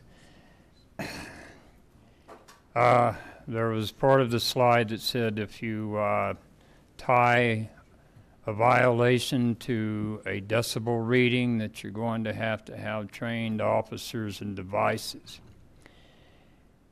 It also would seem to me, would it seem to you, let me put it in the form of a question, would it seem to you that going to court and saying, well, this noise is unreasonable, and the plaintiff's attorney says define unreasonable, you might have would it be your opinion, you might have a harder time pressing the case than if you had an actual decibel reading that is less subjective? Yeah, that's certainly the biggest drawback of a subjective standard is eye the beholder, or ear the beholder, I guess. But it is true with light in a similar fashion. But words like that are used in statutes that we enforce: reasonableness, significant, substantial. Words like that sometimes have to be available to cover these situations. I think, and Mr. Surgeon could certainly say this better than I could, but I think on the objective side, you need the training, you need the equipment, you need to stay current on that equipment, you need to use it right, and you need to have some locational requirements so that you can determine the sound and the decibel level from a particular point on the ground, and it's going to be quite different from somebody else's perspective. So I think that's where the subjective standards come into play. Is that reasonable? I agree with that, yeah. And for our expert, there are devices that are fairly easy to read, or they're not, that measure decibel levels. There are devices that are easy to read for sure. One of the issues you're going to run into, though, is that somebody will go out and use it, and if they have the improper windscreen on it, they're going to read a high level. If they don't have a windscreen on it, they're going to read a high level. If they have the setting down on dB instead of dBA, they're going to read a high level. And then also sometimes they'll get an instantaneous level where it'll just spike for half a second, and they'll be like, oh, look, went over. So sometimes you need a little more technical equipment that's going to actually log that level and average that level and give you more of an average level. It all kind of comes, and a lot of ordinance don't even specify that, though. Some of them will say 1 hour, some will say 1 minute, some will say. I'm familiar with some ordinances that set a decibel level and the location being the edge of a property. It would seem to me, even if you have a somewhat variable accuracy rate or a margin of error for the device, that it would be a lot easier to prove than, say, well, I noticed one of your examples of a high level of complaints was Wheat Ridge. Wheat Ridge, the last I heard, their ordinance said if there's a complaint, then that's evidence that that the noise level was too high. Wouldn't that be kind of a difficult stretch to prosecute? Yeah, no, I completely agree. I was actually just at a Board of Environmental Health in Denver hearing, and they actually had a thing coming the other way where they went and measured someone applied for noise variance request. They got the noise variance. They had their concert. The hearing officer went out and took measurements. They were over the limit. They were over limit a few times, and then they got cited. They fought it. They won. They did not have to pay a fine, and then the Board of Health came back and said, no, nobody has to complain. If they're over the limit, they're over the limit. So I've seen it both ways. Okay, thank you. I noticed that in some of our ordinances, governments are also held to a standard. Chimes, for instance, bell or chimes. There's a violation, and it applies to any church clock or school. We've been having some complaints from school sports fields. The number of complaints seem to have risen when they started using omnidirectional speakers. In a case like that, for instance, the Walmart down the street from me, you had a speaker out on the side of the building pointed straight down 4th Avenue, and you could hear you could hear at my house, which is 300 yards away or 200 yards away, you could hear it better than you could on site. So would it be feasible to require directional speakers that could be kind of direct the sound away from adjacent neighborhoods? Would that be possible? Yeah, that's pretty common. Again, that will fall toward not having an objective ordinance, though, because like in somewhere like Loveland, where we actually went and specified that they will have to, they have to meet the limit at the property line. So instead of using one large speaker, use a bunch of smaller speakers, and they're directional, and that way you're getting the noise where it needs to be, and you're not having to pump as much power through those speakers. So it's totally doable. They just didn't have any requirement to do that. I'd look at the planning staff. That would be something they would have to catch, I think, to let you guys know that that's a thing. I believe, Mr. Cox, my reference to the government thing, a school, I believe that it's your opinion, is it not, that we could include governments in the noise ordinance if we had a decibel level at property line or any other regulation? Yeah, I'm hesitant to comment on that just because I haven't looked at that specifically. We've talked in other contexts about the applicability of our laws to other government entities, but I haven't looked at that specifically as would apply to noise, but we certainly can. Okay, we certainly can include we governments? certainly can look into it further. Well, we do already have this that says schools can have loud chimes between certain hours.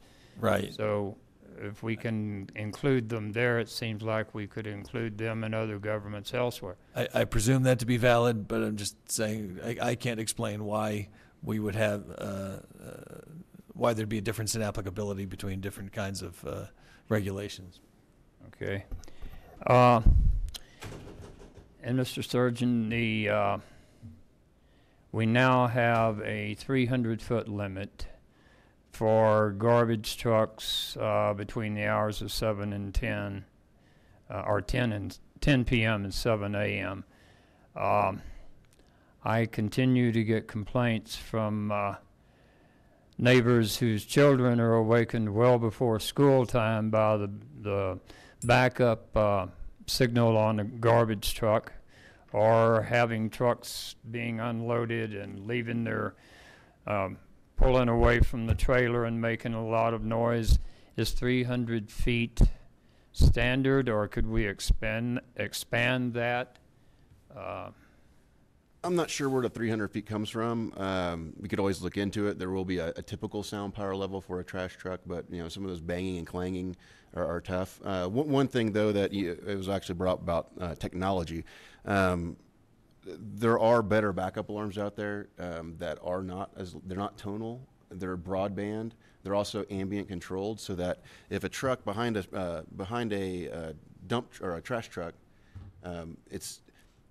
it may not be the signal that must be emitted is generally 10 to 15 decibels louder than the ambient condition. That's an alarm for you.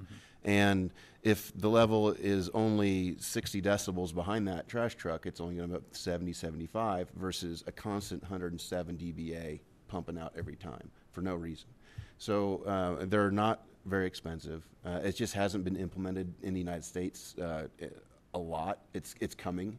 I mean, I recommend them almost for every construction project that I work on, just because they aren't that expensive and they cut down on complaints. I mean, I personally do have a bus that backs up somewhere near my house I don't know where it is, and it's a tonal alarm, wakes me up every morning. So I know what you're talking about. And speaking of loudness, there are a few things as loud as an irate mother who's calling her council person because their kids were awakened at 4 a.m. Are those things that equipment, are they inexpensive enough that we could require their use, or would it require a large expenditure on the part of, say, a garbage fleet to change those things out? I think they cost about $130 each-ish. Really? Easy to install. Okay. I think that takes care of my questions. Thank you. Thank you. For those at home that might be curious, we have a little change of seating, and what we're going to do is we're just going to, because this is study session, because it is recorded, those who are not in the building at the particular moment can still be able to go ahead and listen. We're not making any decisions tonight other than coming to consensus. So what we're going to do is we're just going to keep rocking and rolling if this is an important topic, and I think we need to go with it. So guess who got to speak next? That's me. So what we're going to do is my questions were to Chief McCaskey. Chief, what I wanted to ask is, in Ward 5, some of our noise complaints that we get all the time are lots of vehicles racing on Kipling and on Jewel and on Hamden. And I know we've got some new police coming on board. Will they be able to be doing more nighttime patrols to catch those folks? That's a good question. It's all a matter of priorities, I guess. I know that noise is an issue, but I think we constantly battle what people think are priorities. And if it's a quiet night, then obviously we can do that. Okay. But if there's other calls for service that are a higher priority, it makes it difficult. So. Okay, thank you, Chief. I'm going to ask a quick question. Does anybody in the audience have any Benadryl with them in their pocket? Okay, never mind. Okay, sorry. We're just off on the races here, another way of trying to take care of the mayor. So that helps a lot. Thank you very much. And I'm not sure who was next, sir. So I'm just going to guess. Do you know? Okay, Sharon, you're up next. I would just like to offer for consideration that right now we put this on hold. I was going to recommend that right now the possibilities are none for future study sessions, with the caveat that we can come back to it. I think it's an important topic, but I know there's a lot of other things, and we got a lot of study sessions coming. I think with one of the main concerns I get is the noise along 6th Avenue, which looks like it's going to be somewhat addressed when we get the CDOT issue in, which may take care of it. I have no doubt that we're going to have individual vehicle noise increases as the summer months come on with motorcycles. But at this time, I vote to put this on hold for right now. Okay, remember, we're not voting, but we're taking consensus. Yeah, I'd like to. Can I just add, Just as this is my opinion only, I think reducing noise through enforcement activities is probably not a viable alternative. There's so many vehicles and there's only so many cops on the street, and I just think that if you think enforcement's the way out of it to solve this problem, I think we're all going to be disappointed. I just don't think we have enough resources. And I know motorcycle safety groups also will argue that loud pipes are a safety issue, and that's probably a group that's would have a really strong vocal opinion about enforcement of such things. So, and that was part of my thing too, the enforceability and where are we using our resources. So, I'd like to offer that for consideration. Councilor LeBeer? Within this discussion, are we also talking about noise complaints, neighbor on neighbor? Is that also included in this? In the chart that had different noise complaints, many of those must be related to neighbor on neighbor because it's noise from homes, barking dogs, those things were both in there.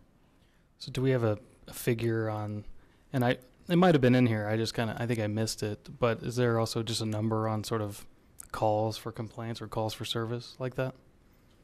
I don't know. Let me respond to that in a couple of ways. In the service request system, it's relatively limited. Residential music noise was 51 complaints over 4 years, so what's that, 12 or 13 a year? And it went down from there. General residential noise was a little bit less and on down.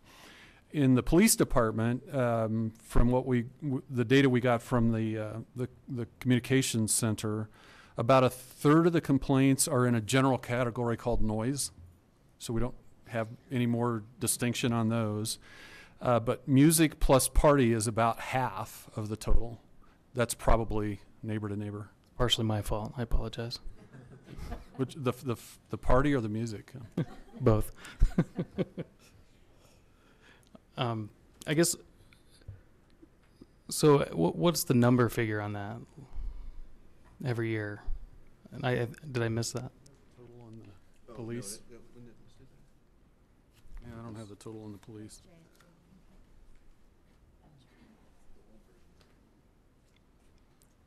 The people who don't use paper know.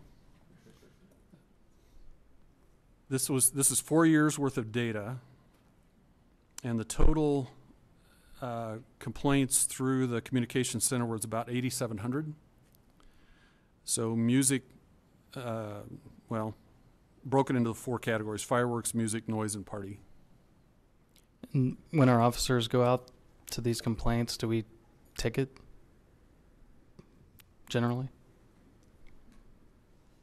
Just curious. I don't have an answer for you, Counselor. I mean, 8,700 complaints. I could maybe defer to the city attorney. She would know. I mean, we ticket some. A lot of times we get there, it's that reasonableness standard. I mean, people have different perceptions. A loud stereo at 3 a.m, we're probably going to ticket somebody, but a loud stereo at 1 p.m, more than likely not. So it just depends. And then a lot of times when we get there, if it's an anonymous RP reporting party, we get there, it's quiet. These calls aren't priority, so they're very low on the priority list. So a lot of times when we get there, the noise is already gone. But I would agree. I'm Jenna Roth with the prosecution office. I would agree with what the chief said. I think it depends on the situation. A lot of times the police respond and they don't initially ticket. They just ask the person to turn the music down. If they then have to go back that same night, more likely a ticket is going to be issued at that time. But we do use the police officers too in the case, if it is ticketed, as to what they heard. Because we don't always have the neighbors to testify to the complaint. So it really does depend on the situation, but a lot of times a first response is not going to result in a ticket. Thanks. And my other question was related to the technology. I know the mayor talked a little bit about it, but is there any tertiary policies you can implement that helps helps noise, like lowering speeds, more trees, I don't know, anything like that? Yes, but I can't remember the exact number, but to really see an effect on noise for like lowering speed, you're looking at reducing 10 miles an hour, pretty substantial. Trees and brush and that sort of thing really don't work until you'll hear different thoughts on it, but you're looking at 100 meters depth of trees in all shapes and sizes, and filled in. To really see any kind of measurable difference. One thing you do get with trees, though, is out of sight, out of mind. So that kind of helps a little bit. But when you measure, you really aren't going to measure much of a difference. So there is. We also look at, when on CDOT projects, we'll look at even shifting the roadway. We'll look at trying to use ramps and things as barriers. So you try and be smart about it, but that's kind of where it's at. Thanks. That's all I have. Councilor Bida. Thank you, Mayor. I know in our ward, I'm not hearing a lot of these complaints about noise. What I'm hearing are things like gunshots or loud motorcycles, those kind of things, and those are enforcement issues. I mean, I don't see that as something that we can, or need to address by legislation, at least at not this point. And some of these other, it's complicated. These sound like complicated issues. There's a lot of moving parts here. There's a lot of pieces, and I'm just not sure it warrants us using a lot of our resources right now on this thing, given the, one, it's not a high priority even in enforcement, and it seems like they're handling it. Sounds like they're handling it pretty well, and two, we've got a lot of, like one of my other co-counselors says, we've got a lot of other things that are important. And I'm not saying this isn't, but I'm not sure that some of these other things that are already in the pipeline aren't going to address a lot of the problems. So maybe it would make more sense to see how those shake out before we launch into, a lot of spending our resources on it at this point. But the idea being coming back and looking at it down the road a little bit farther when some of these other remedies have, are in place. That's my thought. So if I might offer counsel, and there's still a couple people lit up, but we still have another important subject to discuss tonight. Maybe the option right now is just to look at better reporting. And it sounds like, when you look at the police, it's kind of a mix. We don't really know. And so we're only gathering one side of it. So maybe we take a look in a year with some better reporting or better understanding of what those actual sound complaints are looking like or where they're from. Maybe that's an option. And then we can come back to it. Councilor Gutwein. I think that sounds good. I agree with what Councilor Bida said, and I think at this time it's not a priority. Councilor Johnson. Thank you, Mayor. Mr. Surgeon, I'm interested in your take on something. You said that technology actually isn't there. Not long ago, I was told about some type of a beam, if you will, for lack of better thought or term on my side, that when it's along the artery, along the road, the beam somehow can shine towards where the noise is, and I guess towards where the tires and the asphalt are, and has a way of neutralizing, if you will, the sound. Have you heard of that, or is that? There is a thing called active noise, and so we've used it in aircraft, in small vessels, that sort of thing, where you can actually do that. Out in the open, in the free field, it doesn't work yet. It's not effective. So, but on aircraft, it does work for like calming tones on prop aircraft, on twin props, that sort of thing is pretty effective. On jets and small cabins, It works on that as well. But as far as like putting speakers on top of noise walls and shooting the noise away, that's not an option. Thank you. And also, I'm not really sure how to even go about this, because I know that you don't all have this in your wards. But Charlie and I do get considerable feedback on the speakers at Lakewood High School, and during athletic events. If there's some way, somehow, we can take a look at dealing with that, since governmental entities are not under this and are opted out. I'm not sure how that works, but it'd be good to figure out a way where we can help, because there's so many issues in that area, and they're just mounting and creating more angst. Thank you. Mr. Abel. First, I'd like to agree with the chief. We don't have enough police officers for them to be out doing things like noise ordinance violations and parking tickets, for instance. We need more code enforcement officers to help relieve that. We'll talk about that toward budget time. And I agree that right now this is not the most pressing issue we're facing. If you're the person who's losing sleep because of these noises, it's very, very important. But in the grand scheme of what we have to look at over the next few months, I think this can take a back seat. So I would agree that maybe we put it off for a while. So with that is our consensus that we just thank you for the great information. We learned a lot about sound tonight, and we'll take this as a lesson learned. And come back to it later? Well, I guess, but I mean, I guess we need some clear direction if we want to come back to it later. Is this? No, just eventually. Just keep it in the back of our mind. Okay. All right. On Ms. Hodgson's list with a check mark, minus. You got it. Thank you. Check mark. Thank you, Mr. Surgeon.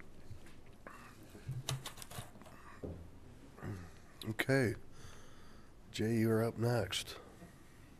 Again.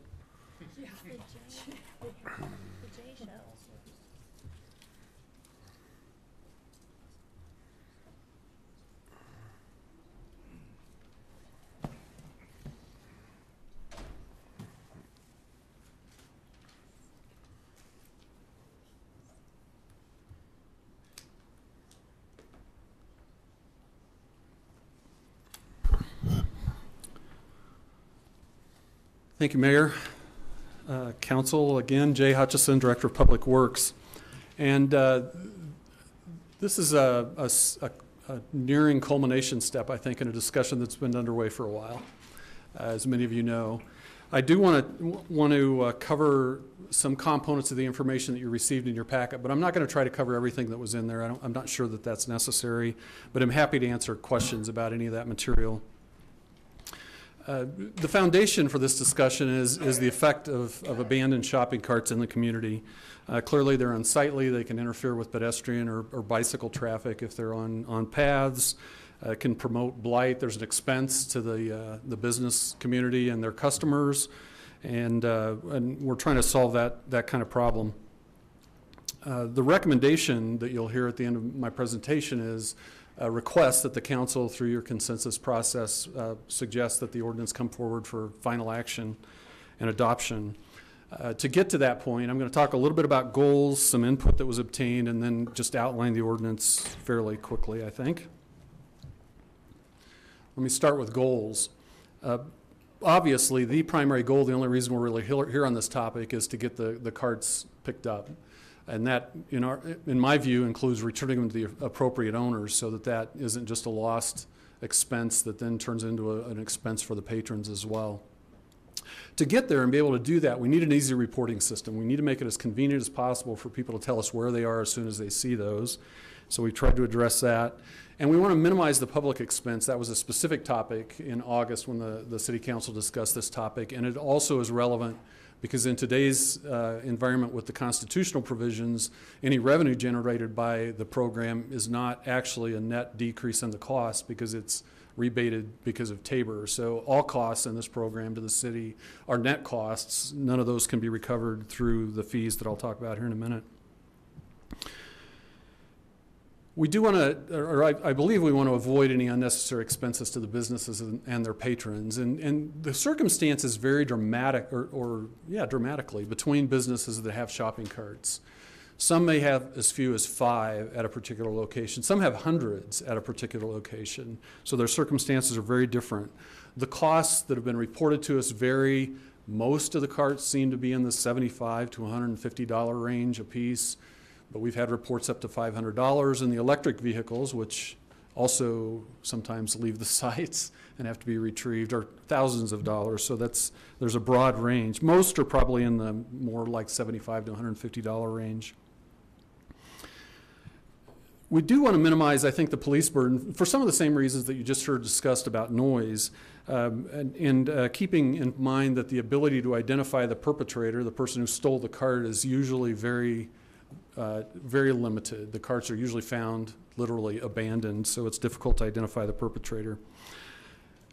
One of the discussions that we've had before is about the idea of reducing theft of the carts in the first place. That's something that the retailers are really focused on, and after more discussions with the retailers and the retail groups, I think they're probably in the best position to do that most effectively. I'll talk a little bit about a couple of ideas. Actually, I won't. In the memo, we talked a little bit about a couple of ideas that I'm not recommending, but we could come back to if you'd like. But the retailers take a pretty aggressive stance on trying to deal with their asset protection, and this is a key component of their asset protection. There's been a lot of input from city council study sessions and other discussions from others in the community, including retailers, obviously, who are the cart owners, and then some cart retrievers. There are companies that is their business, or part of their business is to retrieve abandoned shopping carts. So with that, let me go to the actual proposed approach for the ordinance. And I'm going to talk about it in 3 parts, and I'm going to be a little redundant probably. This that I'm going to start with is kind of the default program. It is the default program. If nothing happened other than adoption of the current ordinance that's before you, this program is what would occur. Cart owners would have to register, and their registration would provide the information necessary to get the carts returned back to them. So we need to know, how do they have their carts marked? Where do they want these returned? Those kinds of things. Who do we call when they have to come pick them up? So that's the registration piece. It's a one-time thing unless something changes on behalf of the cart owners, but it's something that we do on the front end of the program. We'd beef up the Request Lakewood system to make it easy and obvious to report abandoned carts. With that would be a public information program to alert everybody that it's a reporting process on Request Lakewood. So we use all our different communication venues to encourage reporting and tell them how to do it, make it easy as possible and as well known as possible.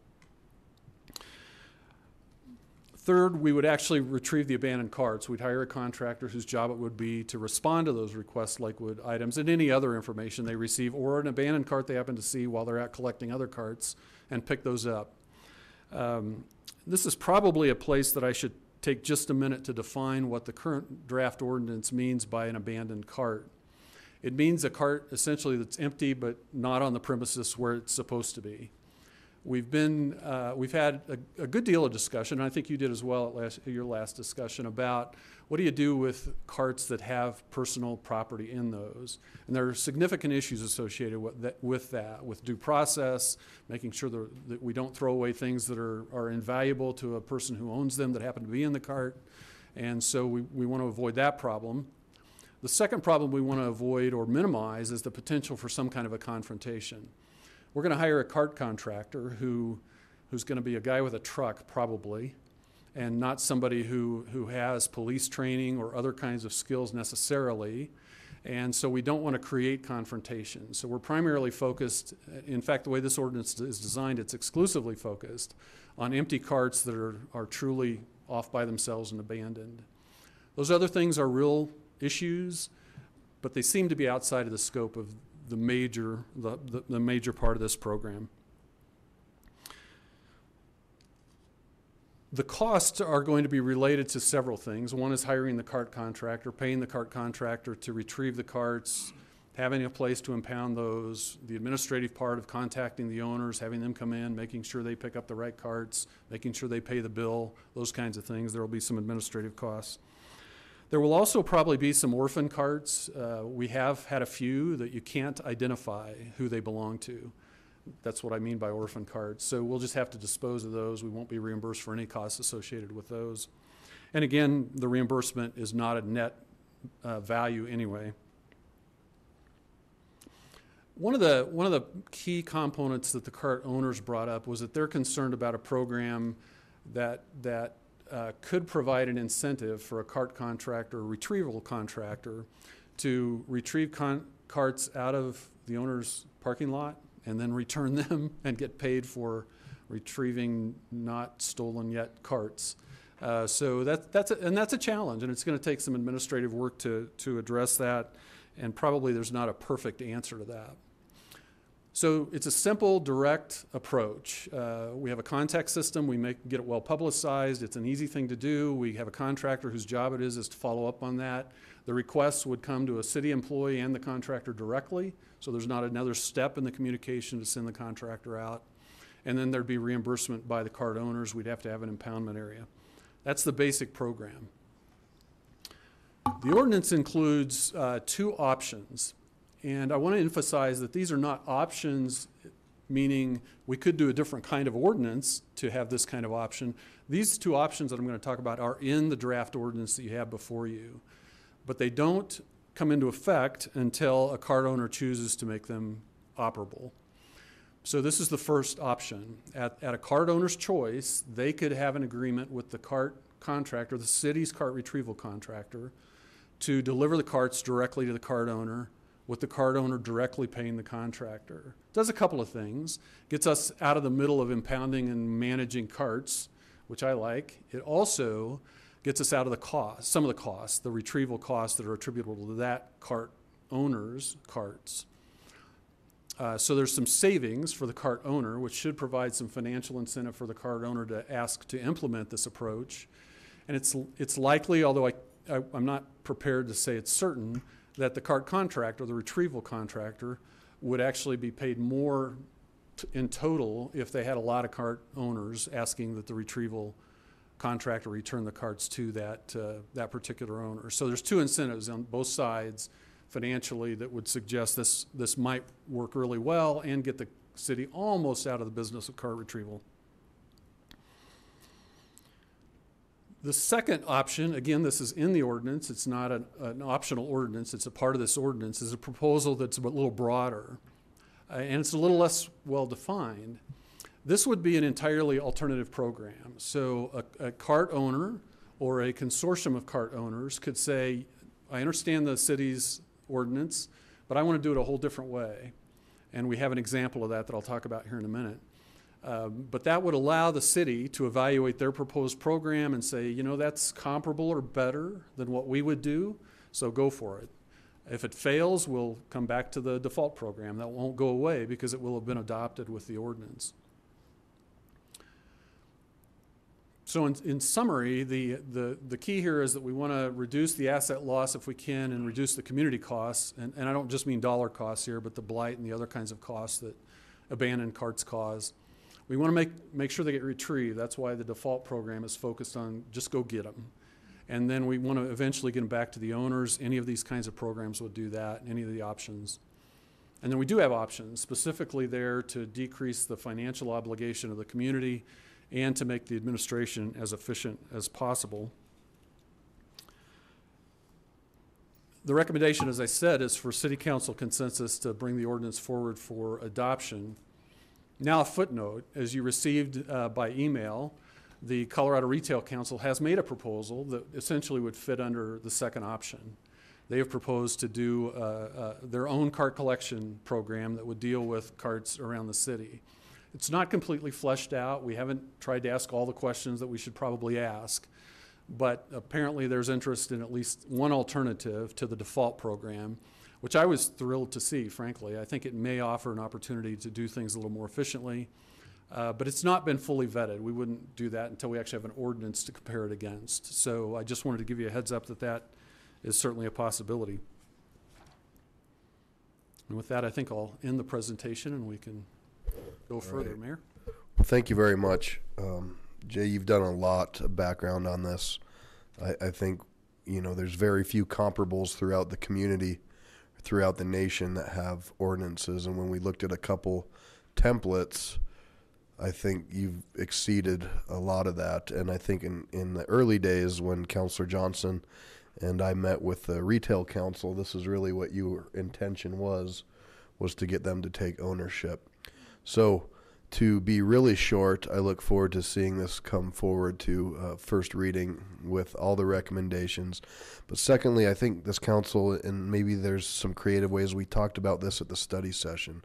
Some people utilize these carts to get their groceries to public transportation. And whether that's a single cart that is part of the grocery store, or we talked about something that is artistic or a loan program, I think that's important because we do have that need in our community. So, Ms. Johnson. Thank you, Mayor. Oh my goodness. Jay, I am just so pleased what you've done here. And I really want to thank you. You've done a lot of research. You've done a lot of outreach to the retailers. It is not punitive. It was never intended to be punitive. And I just can't tell you how grateful I am that we are finally addressing this issue. Our previous council had dealt with this in a study session. We had a motion forward to actually go forward, and somehow that didn't happen. And I would just like to say on a personal note, this is much better than what we had come up with. However, if it looks like council, we're humans, and if it looks like we've got something that probably isn't the best that we could come up with, please just as a professional courtesy tell us it needs more time and more research rather than just kind of ignoring what was on the table. But I can't tell you how happy I am for tonight. I appreciate the way the ordinance is written. And as the mayor said, we did sit down with the retailers, with Chris Hawes, is it? Chris Hawes. And also a representative from Safeway. It's been a couple years, and frankly, they weren't ready at that time to be an honest partner here. But now they are. It's awesome. The only thing that maybe I think that we could consider on this ordinance is somehow the carts need to have, you're talking about orphan carts, and just have the retailers put some kind of a tag on it with their name, and maybe put the request Lakewood on there so folks know if they see it what to do, or give them a phone number and they can directly contact that contractor, and maybe bypass the system if they see that on there. But thank you. I am so grateful for tonight. Thank you, thank you. Thanks for your comments, and there were a lot of people involved in this. It certainly wasn't just me, but including Mr. Cox and maybe others that are in the room. I can't remember who's in the room anymore. You know, we did talk a lot about how, or not a lot, but we thought through how best to identify who owns the cart and how to get it back to the owner. And one option clearly is to tag every cart with something that includes the Request Lakewood connection and a phone number and those kinds of things. We looked at it from a couple of perspectives, and the conclusion we reached was maybe at this stage that's not necessary. Maybe we'll find that it is at some point. One is that the reporting parties, the general public, are probably not inclined to get out and go up to a cart and get that much detailed information and then have to input it into the computer system. And we can retrieve the cart on the retrieval part. We can retrieve the cart by only knowing the geographic location. We don't need anything else at that point. Now later, when we need to get them returned to the owner, we do need to know who owns those. As we looked at that facet, it became clear that I can't say all, but we haven't found an example where a retailer's cart doesn't have some kind of corporate identification on it. That doesn't give us enough information to return it to the right grocery store, if it's a King Soopers cart, as an example. But it gives us enough to call King Soopers. So we needed to know who to call, and that's why we created the registration process. They have to give us all the contact information we need and say this is the right number to call. And they have to confirm the identification information that's on the carts. That's easy for the big retailers. All of us can look at a cart from the big retailers and know who it belongs to. It may be that some of the other retailers don't have as readily identifiable markings on their cart. So in the registration process, they're going to have to tell us what to look for. But they can choose that. And then we're done. We have to do all the who gets it back part. All the public has to do is say, here's the location of the abandoned cart. So the proposal does not have a specific additional identifier on the carts that includes the request Lakewood or return phone number, that sort of thing. We're gonna try to do that through the registration process, which we think will be a little less bureaucratic, but just as effective. May I respond? Please. May I respond? A couple things. I appreciate that this is a pilot program so that as we go forward, it can be changed as needed. And just a response to what you just said, I still lean towards having some type of ID on the cards, because I think for the businesses, it gets them a little bit of ownership in this program. And they are part of the process. That way they know that their card is going to come to them rather than King Soopers over here in Belmar or someplace else. So I'd like us to actually consider that. Thank you for your comment about the retailers that have multiple locations. One thing I didn't mention, and I should have, is that will be an option for the retailer when they register. It'll be clear to them that we're not going to take the cart back to a specific location that it came from, because we won't know unless they do exactly as you described. So if they want their carts to go back to the specific store it came from, then they'll have to do exactly as you mentioned, and that'll be clear. Okay. And also, I'd like to thank you for including the map. It took quite a little bit of research to put that together. I've been working on this for close to 4 years to try and come to tonight. And this is obviously an issue that's more prominent in wards 1 and 2, and to a certain extent 3 as well. Councilman Royball's nodding his head.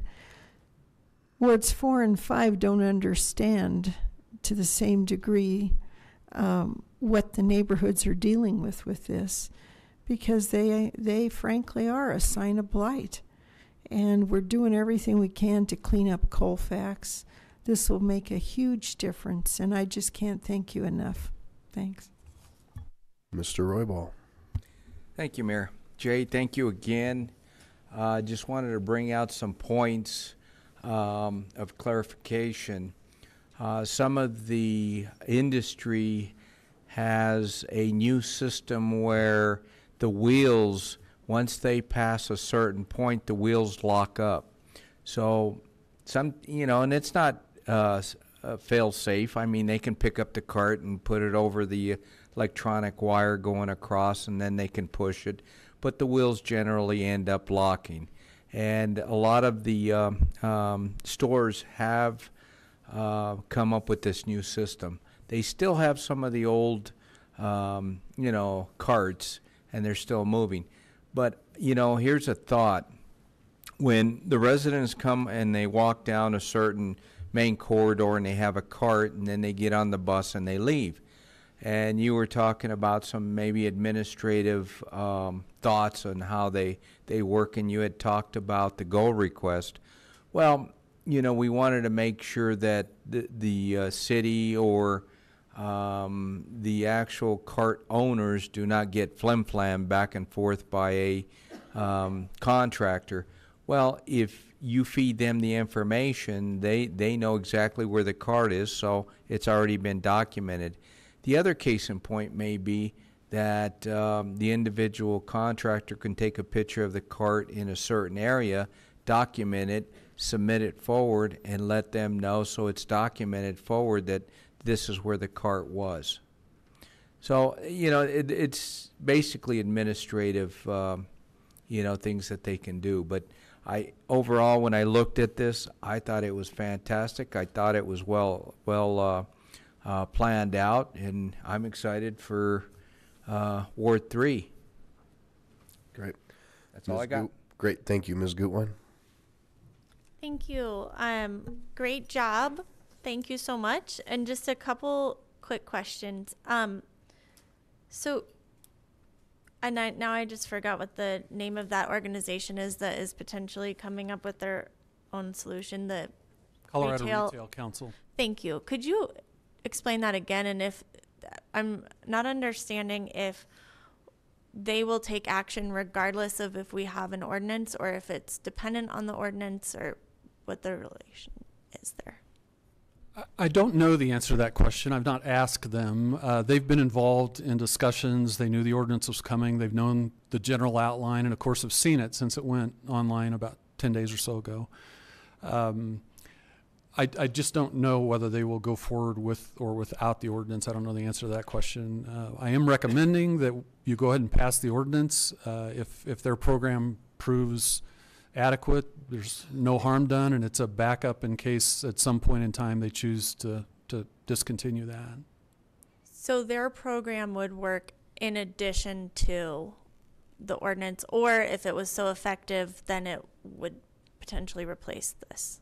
It would essentially be a replacement, as I understand it at this point. We don't have enough detail to be certain of that, but I think that's their intent. There's one overlap, and that's the use of the Request Lakewood system. That would still be done. It's a system that the city of Lakewood talks about a lot, so it's well publicized. We'd still have a big publicity push to make people aware that that's the way to report abandoned carts.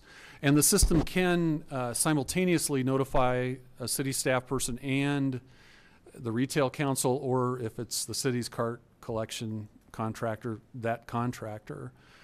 So it all happens at the same time, but I think that would still be the primary tool for identifying and notifying that there's a cart that needs to be picked up. Okay, great, thank you. And then I guess the reason that they would be motivated to continue to do this even if we passed an ordinance is because you said they may see additional cost savings if they don't have to go through the city as a middle man. I think so. And there are private systems in place in some parts of the country. Generally, they are places that have hundreds of carts a month that get picked up, so this is a little extraordinary. But I think the private sector feels like they can do it at least as cheaply as we can and as efficiently. And on our side, with the ordinance in place, we can ensure that it's at least comparable to what results we would get with the default program. Okay, great. And then, so the only other question I have is, I didn't understand this when I was reading it the first time. So you were saying that any fees that we collect from the grocery stores, for example, we will not be able to keep that will all get refunded. So in today's environment of the combination of the constitutional law, Tabor, and the city's financial circumstances, every dollar would not be a net decrease in our cost because it would be part of the refund to the public, the Tabor refund. Okay. And what is the approximate anticipated cost for running this program? Kind of hoping nobody to ask. The most expensive for the city would be the default program, and I think the administrative part of that is minor. It would be some part-time employee hours to manage it, essentially. The contractor cost is a bit of an unknown. It's driven by some things that may not. It depends on how how the bidding occurs. We're going to hire a private contractor, so we won't know the numbers until we go through that process. Generally speaking, what we've seen from other reports of those costs is a few dollars per cart.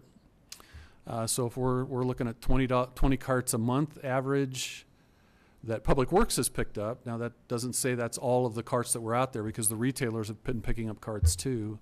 You know, that's maybe $100 a month for the cart contractor. That may be so low that we have trouble getting a contractor, because their expenses aren't related to how many carts they pick up. It's related to how far they have to drive. So I suspect in our case, where the number of carts is low in comparison to some other communities, the cost will probably be higher. That was a long answer to say I don't know. I'm sorry. Well, that gives me at least, so, I mean, essentially we're talking about $100 a month as a ballpark figure. I suspect it'll be higher than that. But it won't be tens of thousands of dollars a year, I don't think either. Okay. Well, that is really important to me, that the and which you've highlighted in the kind of the goals, is limiting the public cost and the public dollars, and then also limiting the police agent time to as close to zero as possible. Because as just discussed, you know, we do have other, even though we don't have this major issue in Ward 5, I think that there are more important public safety issues, and also more important ways to spend our public funds. So keeping this as low as possible, I think would be great. And I am anxious to hear more about what the private sector wants to do to contribute to this. So thank you very much. Ms. Vincent. Okay, as a representative of the person who has the most noise complaints and the highest noise and the most grocery carts, what a week.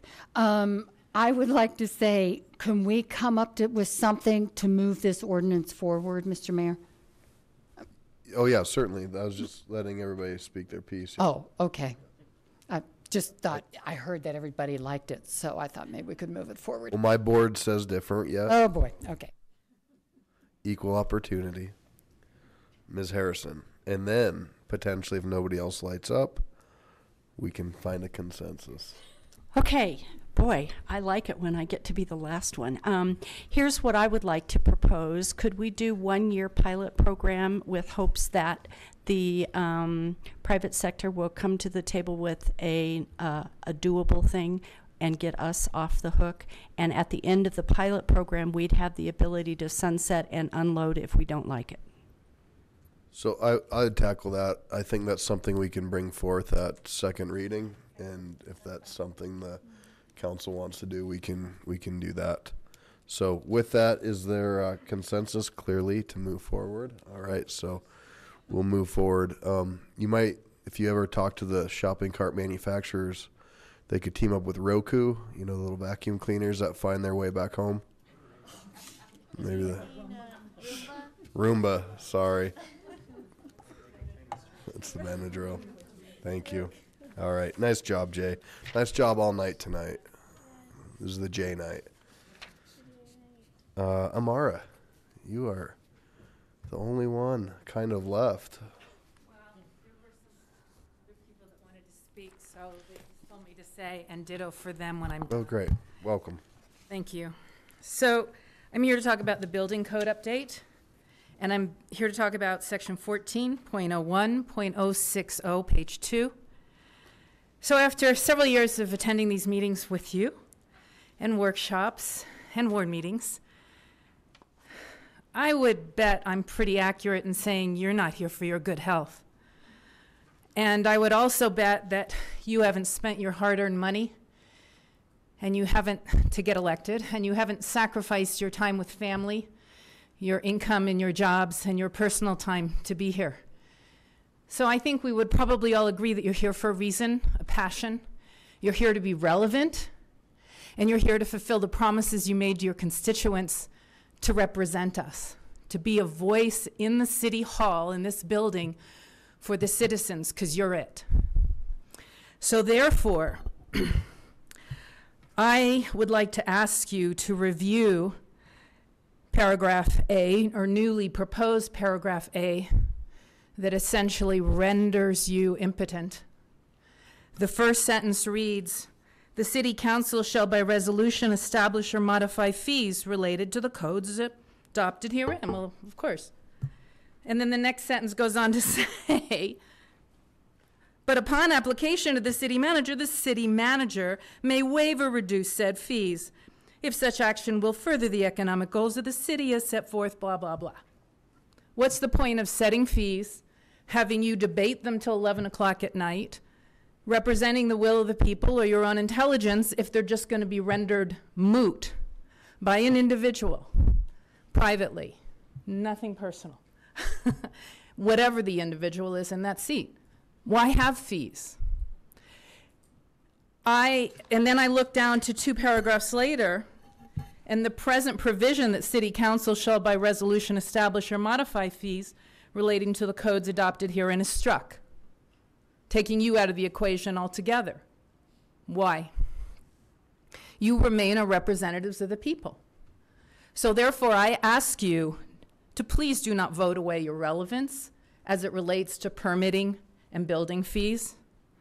I ask you, please do not vote away your protection of citizens from willy-nilly fees, arbitrarily raised, reduced, waived, increased. It's not just waiving fees for favorite developers, a favorite businessman, a cousin, a friend, a neighbor who has lobbied, plied, bribed, whatever, one private individual to waive the structural fees. It is also protecting us from fees. And I ask you to please do not vote in favor of encouraging preferential treatment for individuals who beg to have their fees reduced or waived. They're set for a reason.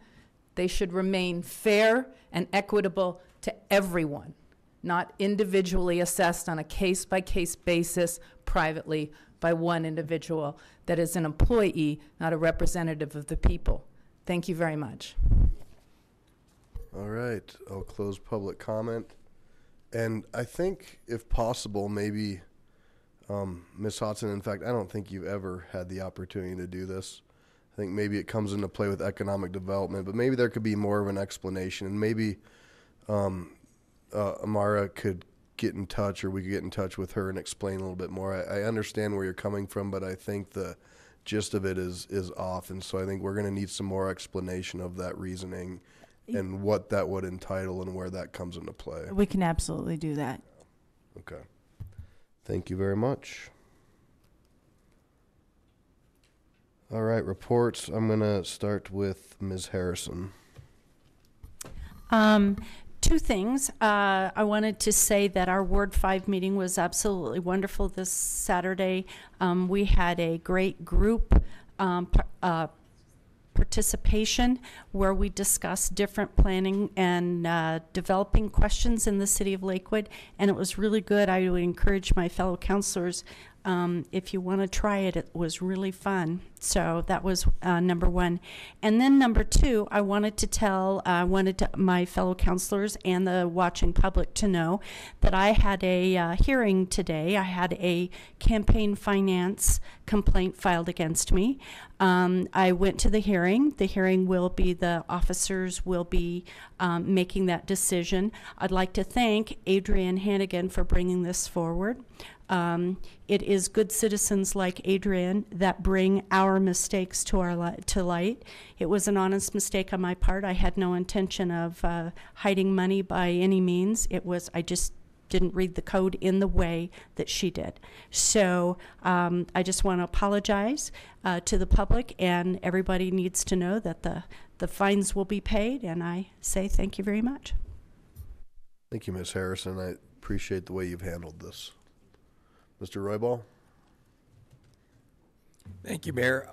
Real quick, Saturday we had the opportunity to go to the Hispanic Chamber of Commerce Gala. And let me tell you, that was just awesome. It's getting bigger and bigger every year. This year, there had to be at least 1,000 people there. It was huge, and it was fantastic. And we had our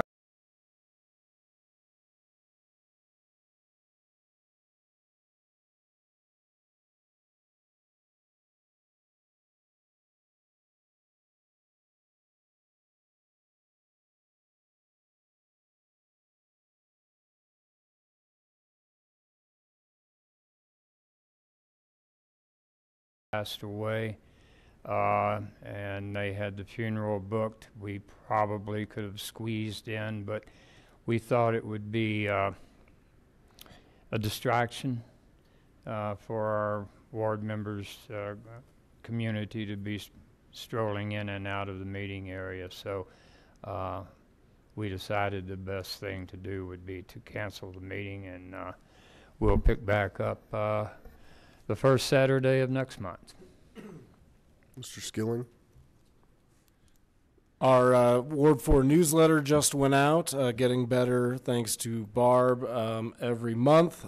In that newsletter, you'll find all the upcoming goings-on here at Council. That's also going to blend into our Ward 4 meeting this Saturday, 9:30 to 11 a.m., wherein we'll be discussing the priorities that this council came up with at our planning retreat, and then getting feedback similar to how Ward 5 handled their last meeting, trying to get as much feedback as possible from our folks on those priorities, so that moving forward with the aggressive schedule that I have envisioned in my head over the next 2 months, that I'll have some insight that I can bring back some specifics, some brainstorming, and look forward to seeing everybody there. And one last thought, if you aren't getting our newsletter, please email or call me so that you can get added onto that. Thank you.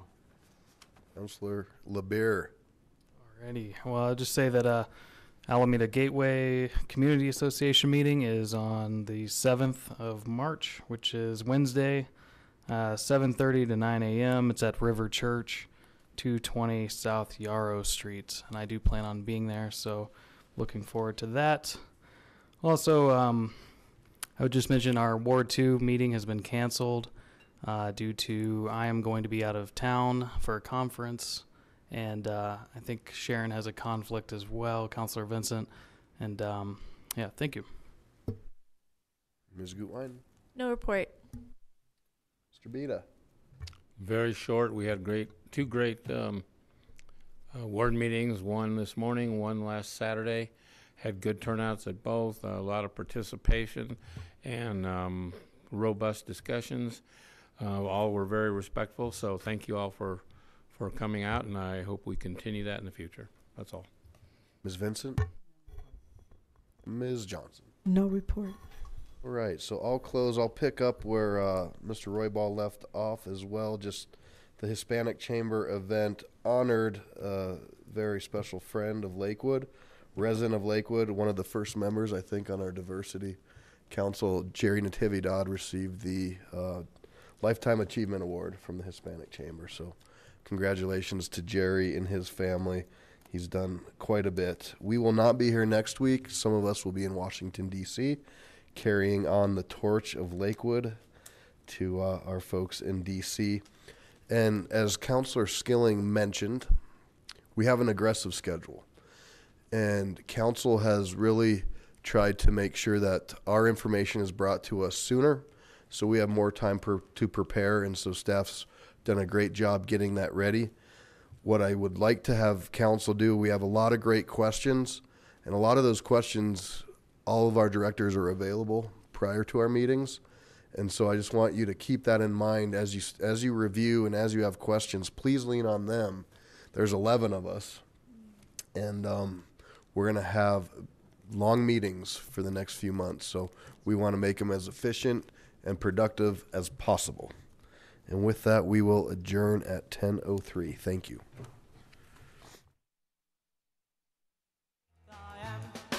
Second verse, same as the first. I'm Henry the Eighth, I am.